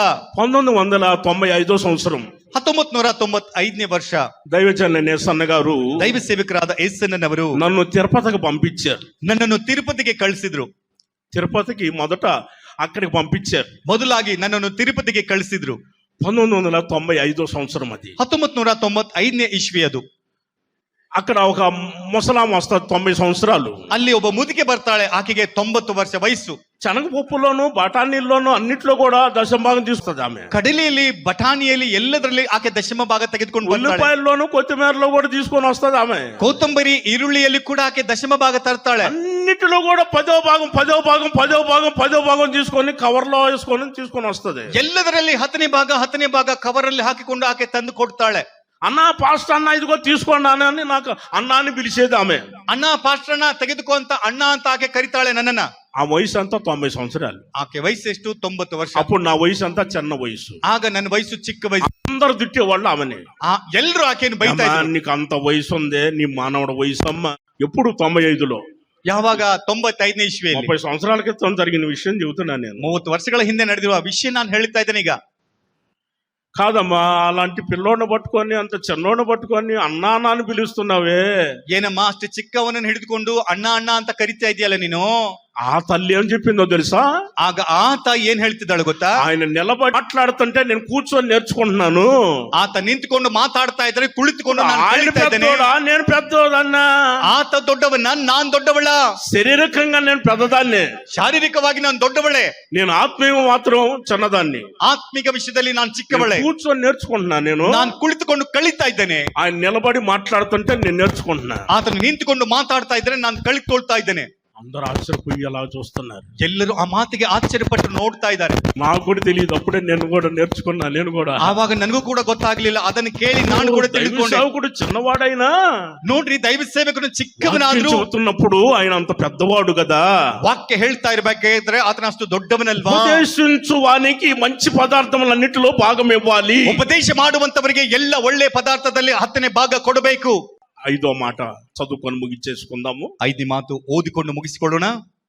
ద్వితీయోపదేశ కాండము, ಧರ್ಮೋಪದೇಶ ಕಾಂಡವು 7వ అధ్యాయము 7ನೇ ಅಧ್ಯಾಯ 12-13 వాక్యాలు. 12-13ನೇ ವಾಕ್ಯ. విధులను అనుసరించి నడుచుకొని ఎడల నీ దేవుడైన యెహోవా తాను పితరులతో ప్రమాణం చేసిన నెరవేర్చి కృపచూపును ఆయన నిన్ను ప్రేమిస్తాడు. ఎప్పుడు ఆయన నిన్ను ప్రేమిస్తాడు? ಯಾವಾಗ ಆತ ನಿನ್ನನ್ನು ಪ್ರೀತಿ ಮಾಡ್ತಾನೆ? ఎప్పుడు నిన్ను అభివృద్ధి చేస్తాడు? ಯಾವಾಗ ನಿನ್ನನ್ನು ಅಭಿವೃದ್ಧಿ నీ ಮಾಡ್ತಾನೆ? గర్భఫలాన్ని ఎప్పుడు దీవిస్తాడు? ನಿನ್ನ ಗರ್ಭಫಲವನ್ನು ಯಾವಾಗ ಆಶೀರ್ವಾದ పశువుల మందను ಮಾಡ್ತಾನೆ? ఎప్పుడు దీవిస్తాడు? ನಿನ್ನ ಹಸುವನ್ನು ಯಾವಾಗ ಆಶೀರ್ವಾದ ಮಾಡ್ತಾನೆ? ఆయన విధులు విని వాటిని అనుసరించినప్పుడు, ಆತನ ವಿಧಿಗಳನ್ನು ಕೇಳಿ ಅದನ್ನು ಅನುಸರಿಸಿದರೆ, ఆయన విధులను విని అనుసరించినప్పుడు, ಆತನ ವಿಧಿಗಳನ್ನು ಕೇಳಿ ಅದನ್ನು ಅನುಸರಿಸುವಾಗ, అసలు ఆయన విధులు ఏంటి? ಹಾಗಾದ್ರೆ ಆತನ ವಿಧಿಗಳೇ? ఆయన విధులు ఏమిటి? ಆತನ ವಿಧಿಗಳು ಏನು? 6వ అధ్యాయము 6ನೇ ಅಧ್ಯಾಯ 5వ వాక్యం నుండి. 5ನೇ ವಾಕ್ಯದಿಂದ, నీ పూర్ణ హృదయంతోను, నీ పూర్ణ ఆత్మతోను, నీ పూర్ణ శక్తితోను నీ దేవుడైన యెహోవాను ప్రేమించాలి. 1. 2, నేడు నేను నీకు ఆజ్ఞాపించిన ఈ మాటలన్నీ నీ హృదయంలో ఉండాలి. 3, నీవు నీ కుమారులకు వాటిని అభ్యాసం చేసి ఇంట కూర్చొని ఉన్నప్పుడు, త్రోవలో నడిచినప్పుడు, పండుకొని ఉన్నప్పుడు, లేచినప్పుడు వాటిని గురించి మాట్లాడాలి. సూచనగా వాటిని చేతికి కట్టవలెను. 4, అవి కన్నుల నడుమ బాసికము వలె ఉండాలి. 4 అయిపోయిన 5, నీ ఇంట ద్వారబంధరాల మీద, గౌనుల మీద వాటిని రాయవలెను. ఆమేన్. ఇప్పుడు కూడా 5 ಇಲ್ಲಿ ಕೂಡ 5 ವಿಧಿಗಳಿವೆ. ప్రస్తుతం ఒక 5 విధులు చెబుతున్నాను. ಪ್ರಸ್ತುತ 5 ವಿಧಿಗಳನ್ನು ನಾನು ಹೇಳ್ತಾ ಇದ್ದೇನೆ. విధులను మనం వినాలి, ವಿಧಿಗಳನ್ನು ನಾವು ಕೇಳಬೇಕು, వాటిని మనం అనుసరించాలి. ಅವುಗಳನ್ನು ನಾವು ಅನುಸರಿಸಬೇಕು. అప్పుడు ಆಗ ಮಾತ್ರವೇ ఆయన మనల్ని ప్రేమిస్తాడు. ಆತ ನಮ್ಮನ್ನು ಪ್ರೀತಿ ಮಾಡ್ತಾನೆ. అసలు ఆ విధులేంటి? ಹಾಗಾದ್ರೆ ಆ ವಿಧಿಗಳೇನು? నీ పూర్ణ హృదయంతోను, ನಿನ್ನ ಪೂರ್ಣ ಹೃದಯದಿಂದ, నీ పూర్ణ శక్తితోను, ನಿನ್ನ ಪೂರ್ಣ ಶಕ್ತಿಯಿಂದಲೂ, నీ పూర్ణ హృదయంతోను, ನಿನ್ನ ಪೂರ್ಣ ಹೃದಯದಿಂದಲೂ దేవుడైన యెహోవాను ప్రేమించాలి. ದೇವರಾದ ಯೆಹೋವನನ್ನು ಪ್ರೀತಿ ಮಾಡಬೇಕು. రెండోది ఏంటిది? ಎರಡನೇದೇನು? నీ దేవుడైన యెహోవా మాటని ನಿನ್ನ ದೇವರಾದ ಮಾತುಗಳನ್ನು నీ హృదయంలో ఉండాలి, ನಿನ್ನ ಹೃದಯದಲ್ಲಿರಬೇಕು. మూడో విషయం ఏంటంటే, ಮೂರನೇ ವಿಷಯ ಏನಂದ್ರೆ, నీ కుమారులు కుమార్తెలకి ನಿನ್ನ ಗಂಡ್ಮಕ್ಕಳು ಹೆಣ್ಮಕ್ಕಳಿಗೆ ఆ మాటల్ని అభ్యాసం చేయాలి. ಆ ಮಾತಿನ ಅಭ್ಯಾಸ ಮಾಡಬೇಕು. అభ్యాసం చేయటమే కాక ಅಭ್ಯಾಸ ಮಾಡುವುದಲ್ಲದೆ వాళ్ళ చేతికి కట్టాలి. ಅವರ ಕೈಗಳಿಗೆ ಕಟ್ಟಬೇಕು. ఇప్పుడు చేతికి ఏం కడుతున్నారు? ಕೈಗಳಿಗೆ ಈಗ ಏನ್ ಕಟ್ತಾ ಇದ್ದಾರೆ? కాదు, చేతులకి ఏం కడుతున్నారు? ಕೈಗೆ ಏನ್ ಕಟ್ತಾ ಇದ್ದಾರೆ? కొంతమంది ఎర్రదారం కడుతున్నారు, ಕೆಲವರು ಕೆಂಪು ದಾರವನ್ನು నల్ల ಕಟ್ತಾ దారం ಇದ್ದಾರೆ, కడుతున్నారు, ಕಪ್ಪು ದಾರವನ್ನು ಕಟ್ತಾ పసుపు ಇದ್ದಾರೆ, దారం కడుతున్నారు, ಹಳದಿ ದಾರವನ್ನು ಕಟ್ತಾ ಇದ್ದಾರೆ, ఏవో దారాలు కట్టుకొని తిరుగుతున్నారు. ಎಷ್ಟೋ ದಾರವನ್ನು ಕಟ್ಕೊಂಡು ತಿರುಗ್ತಾ ಇದ್ದಾರೆ. చేతికి ఏం కట్టుకోవాలి? ಕೈಗೆ ಏನ್ ಕಟ್ಕೊಳ್ಬೇಕು? దేవుని మాటలు, ದೇವರ ಮಾತುಗಳು, దేవుని మాటలు, ದೇವರ ಮಾತುಗಳು, దేవుని వాక్యము, ದೇವರ ವಾಕ್ಯವು, దేవుని వాక్యం రెండంచులు కలిగిన ఖడ్గము, ದೇವರ ವಾಕ್ಯವು 2 ಬದಿ ನುಣುಪಾಗಿರುವ ವಾಕ್ಯವು, రెండంచులు కలిగిన ఖడ్గము. 2 బది ನುಣುಪಾಗಿರುವ ಖಡ್ಗವು. శత్రువు వచ్చినప్పుడు మనం వెంటనే ఆ ఖడ్గం తీసుకొని వెంటనే ఎదిరించవచ్చు. ಶತ್ರು ಬಂದ ಕೂಡಲೇ ಆ ಖಡ್ಗ ತೆಗೆದುಕೊಂಡು ಎದುರಿಸಬಹುದು. ఆయుధం పోతే శత్రువుని మనం ఎదుర్కోలేం. ಆಯುಧ ಇಲ್ಲದೆ ಹೋದ್ರೆ ಶತ್ರುವನ್ನು ಎದುರಿಸಲಿಕ್ಕೆ ಆಗಲ್ಲ. శత్రువుని పొరపాటును కూడా ఎదిరించలేము. ಶತ್ರುವನ್ನು ಎದುರಿಸಲಿಕ್ಕೆ ಆಗಲ್ಲ. శత్రువుని మనం ఎదిరించాలంటే ಶತ್ರುವನ್ನು ಎದುರಿಸಬೇಕಾದರೆ మనకు ఆయుధం ఉండాలి చేతికి. ನಮ್ಮ ಕೈಗೆ ಆಯುಧ ಇರಬೇಕು. చేతికి కట్టుకున్నారా? ಕೈಗೆ ಕಟ್ಕೊಂಡಿದ್ದೀರಾ? నాలుగోది ఏంటిది? 4ನೇದು ಯಾವುದು? బాసికము వలె ಬಾಸ್ಕದ ಹಾಗೆ ఆ కళ్ళు నడుమున ಆ ಕಣ್ಗಳ ನಡುವೆ అది ఉండాలి. ಅದು ಇರಬೇಕು. అంటే దేవుని యొక్క మాటలు ఎప్పుడు కూడా కన్నుల ఎదుట కనపడాలి. ಹಣೆಗೆ ಯಾವಾಗಲೂ ದೇವರ ಮಾತುಗಳು ಕಾಣಿಸ್ತಾ ಇರಬೇಕು. మరి మన కన్నుల ఎదుట ఏం కనపడతానే? ಹಾಗಾದ್ರೆ ನಮ್ಮ ಕಣ್ಗಳಿಗೆ ಮುಂದೆ ಏನ್ ಕಾಣ್ತಾ ಇದೆ? ఒకసారి చెప్పండి. కాదండి, సెల్ ఫోన్ ఒకటే, సెల్ ఫోన్ ನೋಡ್ರಿ, ಒಂದೇ ಸೆಲ್ ಫೋನ್. ఏమండి, సెల్ ఫోను రుచి రుచి రుచి రుచి రుచి రుచి గిరి గిరి గిరి గిరి గిరి ಸೆಲ್ ಫೋನ್ ಉಜ್ಜಿ ಉಜ್ಜಿ ಉಜ್ಜಿ ಕೆರೆದು ఈ మధ్య పేపర్లో కూడా రండి, ಈ ಮಧ್ಯ ಕಾಲದಲ್ಲಿ ಪೇಪರ್ ನಲ್ಲಿ ಕೂಡ ಹಾಕಿದ್ದಾರೆ. ఒక వార్తను మీకు చెబుతాను. ಒಂದು ವಾರ್ತೆಯನ್ನು ನಾನು ನಿಮ್ಗೆ ಹೇಳ್ತೇನೆ. భార్య భర్త మీద కేసు పెట్టింది. ಹೆಂಡತಿ ಗಂಡನ ಮೇಲೆ ಕೇಸ್ ಹಾಕಿದ್ಲು. కోర్టు దాకా వెళ్ళిపోయింది. ಕೋರ್ಟಿನವರೆಗೂ ಆ ವಿಷಯ ಹೋಯ್ತು. కోర్టులో భర్త భార్య ఇద్దరు నిలబడ్డారు. ಕೋರ್ಟ್ ನಲ್ಲಿ ಗಂಡ ಹೆಂಡತಿ ಇಬ್ರು ನಿಂತ್ಕೊಂಡ್ರು. జడ్జి అడిగాడు, అమ్మా ఏంటి నీ భర్త నిన్ను కొట్టాడా అని అడిగాడు. ಜಡ್ಜ್ ಕೇಳ್ತಾನೆ, ಏನಮ್ಮ ನಿನ್ ಗಂಡ ಏನಾದ್ರೂ ನಿನ್ನ ಹೊಡೆದ್ನಾ ಅಂತ. నా భర్త బంగారం అండి, కొట్టలేదు. ನನ್ ಗಂಡ ಬಂಗಾರದಂತ ನನ್ನನ್ನು ಹೊಡಿಲಿಲ್ಲ ಅಂತ భర్త ಹೇಳಿ. గురించి అంత అవగాహన ఉంది బంగారం అని. ನಿನ್ನ ಗಂಡನ ವಿಷಯವಾಗಿ ಅಷ್ಟು ಒಳ್ಳೆದಾಗಿ ಮಾತಾಡ್ತಾ ಇದೀಯ ಬಂಗಾರ మరి ಅಂತ. ఆయన తిట్టాడమ్మా, ಹಾಗಾದ್ರೆ ನಿನ್ನನ್ನು ಬೈದ್ನ ಅಮ್ಮ, లేకపోతే వస్తువులు ఏమైనా తీసుకొని అమ్మేశాడా, ಅಥವಾ ಸಾಮಗ್ರಿ ಏನಾದ್ರೂ ಮಾರ್ಬಿಟ್ನಾ? మరి ఏం చేశాడని కేసు పెట్టావు? ಏನ್ ಮಾಡಿದನಂತ ನಿನ್ ಕೇಸ್ ಹಾಕಿದ್ಯಾ? ఎందువలన కోర్టుకి ఎక్కావమ్మా? ಯಾಕೆ ಕೋರ್ಟಿನ ಸಹಾಯ ಕೋರ್ತಾ ಇದೀಯಮ್ಮ? ఏం లేదండి, ఈ మధ్య అసలు నాతో పలకరించట్లేదు. ಏನಿಲ್ರಿ, ಮಧ್ಯ ಕಾಲದಲ್ಲಿ ನನ್ನನ್ನು ಮಾತಾಡ್ತಾ ಇಲ್ಲ. అప్పుడు నాతో మంచిగా ఉండేవాడు, ಮೊದಲು ನನ್ನೊಂದಿಗೆ ಚೆನ್ನಾಗಿರ್ತಾ ಇದ್ದ, నన్ను పలకరిస్తా ఉండేవాడు, ನನ್ನೊಂದಿಗೆ ಮಾತಾಡ್ತಾ ಇದ್ದ. అనేక సమస్యలు మేమిద్దరం కుటుంబం విషయాలన్నీ మాట్లాడుకునే వాళ్ళమి. ಕುಟುಂಬ ವಿಷಯವಾಗಿ ಸಮಸ್ಯೆಗಳ ಕುರಿತಾಗಿ ನಾವಿಬ್ರು ఈ ಮಾತಾಡ್ಕೊಳ್ತಾ మధ్య ಇದ್ವು. నాతో మాట్లాడట్లేదు. ಈ ಮಧ್ಯ ಕಾಲದಲ್ಲಿ ನನ್ನೊಂದಿಗೆ ಮಾತಾಡ್ತಾ ಇಲ್ಲ. సెల్ ఫోన్ సంసారం చేసుకుంటున్నాడు, ಸೆಲ್ ಫೋನ್ ನೊಂದಿಗೆ ಸಂಸಾರ ಮಾಡ್ತಾ ಇದ್ದಾನೆ. సెల్ ఫోన్ తోనే కాలం గడిచిపోతుంది. ಸೆಲ್ ಫೋನ್ ನೊಂದಿಗೆ ಸಮಯ ಕಳೀತಾ ಇದ್ದಾನೆ. సెల్ ఫోన్ ని గిల్లుతున్నాడు, గిచ్చుతున్నాడు, రుద్దుతున్నాడు. ಸೆಲ್ ಫೋನ್ ಅನ್ನು ಉಜ್ಜುತ್ತಾ ಇದ್ದಾನೆ, ಕೆರಿತಾ ಇದ್ದಾನೆ, ಚುಚ್ಚುತ್ತಾ ಇದ್ದಾನೆ. ఆ పక్కన అసలు కూర్చోడానికి ఇష్టపడట్లేదు. ನನ್ನ ಪಕ್ಕದಲ್ಲಿ ಕುಳಿತುಕೊಳ್ಳಲಿಕ್ಕೆ ಇಷ್ಟಪಡ್ತಾ ಇಲ್ಲ. సెల్ ఫోన్ తను సంసారం చేసుకోమను ఆయన్ని. ಸೆಲ್ ಫೋನ್ ನೊಂದಿಗೆ ಸಂಸಾರ ಮಾಡಿಕೊಳ್ಳ್ರಿ ಅಂತ ಹೇಳಿ నాకు అవసరం లేదు, ನನಗೆ ಬೇಡವೇ ಬೇಡ అని ఆమె కేసు పెట్టింది. ಅಂತ ಆಕೆ ಕೇಸ್ ಇಟ್ಲು. ఆయన జాగ్రత్త, ಏನ್ರಿ ಜಾಗ್ರತೆ ರೀ, అంత దాకా వెళ్ళమాకండి. ಅಲ್ಲಿವರೆಗೂ ಹೋಗ್ಬೇಡ್ರಿ. ఈ మధ్య అందరికి వచ్చేసింది అది.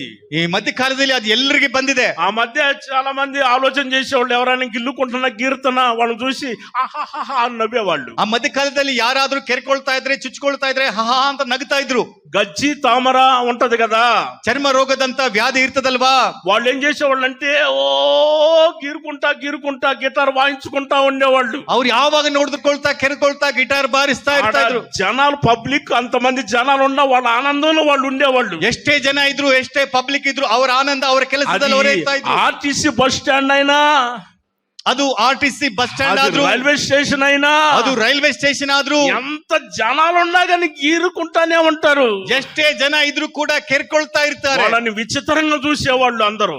ಅವರನ್ನು ವಿಚಿತ್ರವಾಗಿ ಎಲ್ಲರೂ ನೋಡ್ತಾ ಇದ್ರು. ఇప్పుడేమో అందరికి వచ్చేసింది అది. ಆದ್ರೆ ಅದು ಈಗ ಎಲ್ರಿಗೂ ಬಂದಿದೆ. అది అందరికి వచ్చేసింది. ಅದು ಎಲ್ರಿಗೆ ಬಂದ್ಬಿಟ್ಟಿದೆ. ఒకటే చూసుకుంటా ఉన్నారు. ಒಂದೇ ಸಮನೆ ನೋಡ್ತಾ ಇದ್ದಾರೆ. భర్తను పట్టించుకోవట్లేదు, ಗಂಡನನ್ನು ಹಿಡಿಸ್ಕೊಳ್ತಾ ಇಲ್ಲ. సెల్ ఫోన్ లోనే ಎಲ್ಲ ಸೆಲ್ ಫೋನ್ ನಲ್ಲಿ, సెల్ ఫోన్ చూసుకొని వెంటనే కూరలు చేస్తున్నారు. ಸೆಲ್ ಫೋನ್ ನೋಡಿ ಪಲ್ಯ ಮಾಡ್ತಾ ಇದ್ದಾರೆ. ఆ కూర తింటేనేమో 10 సార్లు బాత్రూమ్కి వెళ్ళాల్సి వస్తుంది. ಆ ಪಲ್ಯ ತಿಂದ್ರೆ 10 ಸಾರಿ ಬಾತ್ರೂಮ್ಗೆ ಹೋಗ್ಬೇಕಾಗ್ತಾ ಇದೆ. దండం పెడుతున్నారు పురుషులు నాకు చెప్పి, ಕೈ ಮುಗಿತಾ ಇದ್ದಾರೆ ಗಂಡಸರು ನನಗೆ ಹೇಳಿ. వంటల కార్యక్రమం అని చెప్పి చూస్తున్నారు. చూడమాకండి అమ్మాయి, ಆ ಮೊಬೈಲ್ ನಲ್ಲಿ ಬರುವಂತ ಅಡಿಗೆ ಕಾರ್ಯಕ್ರಮಗಳನ್ನು ನೋಡ್ತಾ ಇದ್ದಾರೆ. ಅಮ್ಮ ಅದೆಲ್ಲ ನೋಡ್ಬೇಡ್ರಿ ನೀವು. వాళ్ళు ఏదో చూస్తున్నారని మీరు చేయమాకండి. ಅವ್ರೇನೋ ತೋರಿಸ್ತಾ ಇದಾರಂತ ನೀವು ಅದನ್ನು ನೋಡಿ ಮಾಡ್ಬೇಡ್ರಿ. చేసి పెట్టండి అమ్మా, ಚೆನ್ನಾಗಿ ಅಡಿಗೆ ಮಾಡಿ ಬಡಿಸ್ರಮ್ಮ. Praise the Lord, hallelujah, hallelujah, హల్లెలూయా. మీ కన్నుల ఎదుట ఏమి ఉన్నాయి? ನಿಮ್ ಕಣ್ಗಳ ಮುಂದೆ ಏನಿದೆ? దేవుని యొక్క మాటలు ఉండాలి.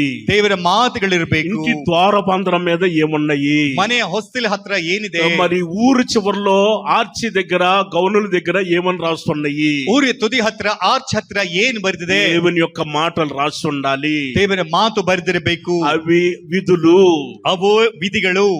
ఆ విధులని మనం వినాలి. ಆ ವಿಧಿಗಳನ್ನು ನಾವು ఆ ಕೇಳಬೇಕು. విధులను అనుసరించాలి. ಆ ವಿಧಿಗಳನ್ನು ಅನುಸರಿಸಬೇಕು. అప్పుడు ఆయన మనల్ని ప్రేమిస్తాడు. ಆಗ ಆತ ನಮ್ಮನ್ನು ಪ್ರೀತಿ ಮಾಡ್ತಾನೆ. అప్పుడు మనల్ని ప్రభు దీవిస్తాడు. ಆಗ ಕರ್ತನ ನಮ್ಮನ್ನು ಆಶೀರ್ವಾದ ಮಾಡ್ತಾನೆ. అట్టి కృప ధన్యత ప్రతి ఒక్కరికి అనుగ్రహించునుగాక. ಕೃಪೆ ಧನ್ಯತೆ ఈ ಪ್ರತಿಯೊಬ್ಬ వాక్యం అందరి హృదయాలలో ఫలింపచేయునుగాక. ಆಮೆನ್.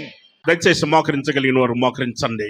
ದಯವಿಟ್ಟು ಮೊಣಕಾಲು ಹಾಕುವಂತವರು ಮೊಣಕಾಲನ್ನು ಹಾಕಿರಿ. ప్రార్థన చేసుకొని ముగించుకోబోతున్నాం. ಪ್ರಾರ್ಥನೆ ಮಾಡಿಕೊಂಡು ಮುಗಿಸಿಕೊಳ್ಳೋಣ. ప్రార్థన చేసుకొని ముగించుకుంటాం. ಪ್ರಾರ್ಥನೆ ಮಾಡಿಕೊಂಡು ಮುಗಿಸಿಕೊಳ್ಳೋಣ. పరిశుద్ధుడైన మా తండ్రి, మీ ఘనమైన శ్రేష్టమైన నామానికి వందనాలు, మీకు స్తోత్రాలయ్యా. హుబ్లీ పట్టణాన్ని మీరెంతో ప్రేమించారు నాయనా. ఈ ప్రాంత వాసులందరినీ కూడా మీరు ప్రేమించారు తండ్రి. అయ్యా, మీ ప్రేమ ఎలాంటిదో మీరు వాక్య సందేశాల ద్వారా మీరు తెలియచేశారు. అందుకొరకు మీకు స్తోత్రము తండ్రి. నీతివంతులను ప్రేమించే దేవుడా, మీకు స్తోత్రాలు చెల్లిస్తున్నాం. మీ మాట విని మీ మాట ప్రకారంగా నడిపించబడే ప్రతి ఒక్కరిని మీరు ప్రేమించే దేవుడు అయ్యా. పరిశుద్ధాత్ముడా, పరిశుద్ధాత్మలో ఆనందిస్తున్న సమయంలోనే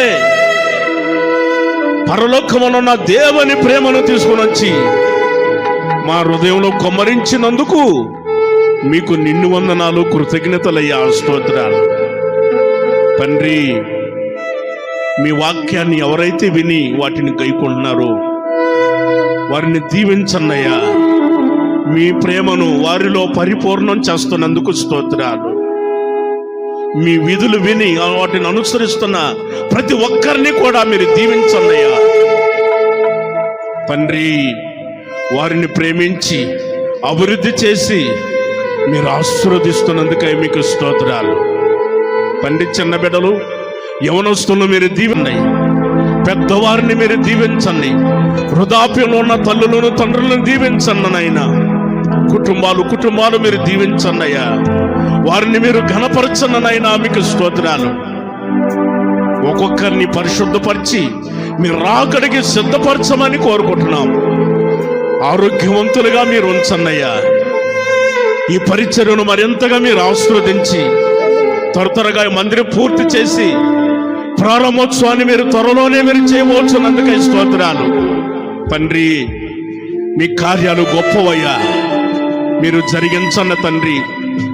ప్రతి ఒక్కరిని మీరు జ్ఞాపకం చేసుకొని మీరు ఘనపరిచి దీవించి మరింతగా మీరు ఆశీర్వదించి విస్తారమైన దీవెనల చేత ఒక్కొక్కరిని దీవించమని యేసు పరిశుద్ధ నామమును బట్టి ప్రార్థిస్తున్నాము తండ్రి. ఆమేన్. మన ప్రభు అయిన యేసు క్రీస్తు వారి యొక్క కృపయు, తండ్రి అయిన దేవుని యొక్క ప్రేమయు, పరిశుద్ధాత్మిక సహవాసము ఇప్పుడు ఎల్లప్పుడూ సదాకాలము ఎవరైతే ఆయన వాక్యం, ఆయన మాటలు మరి విని వాటి ప్రకారంగా అనుసరిస్తున్నారో వారిని అందరినీ కూడా ఆయన ప్రేమ చేత పరిశుద్ధపరిచి పరలోకానికి సిద్ధపరుచునుగాక. ఆమేన్. హల్లెలూయా.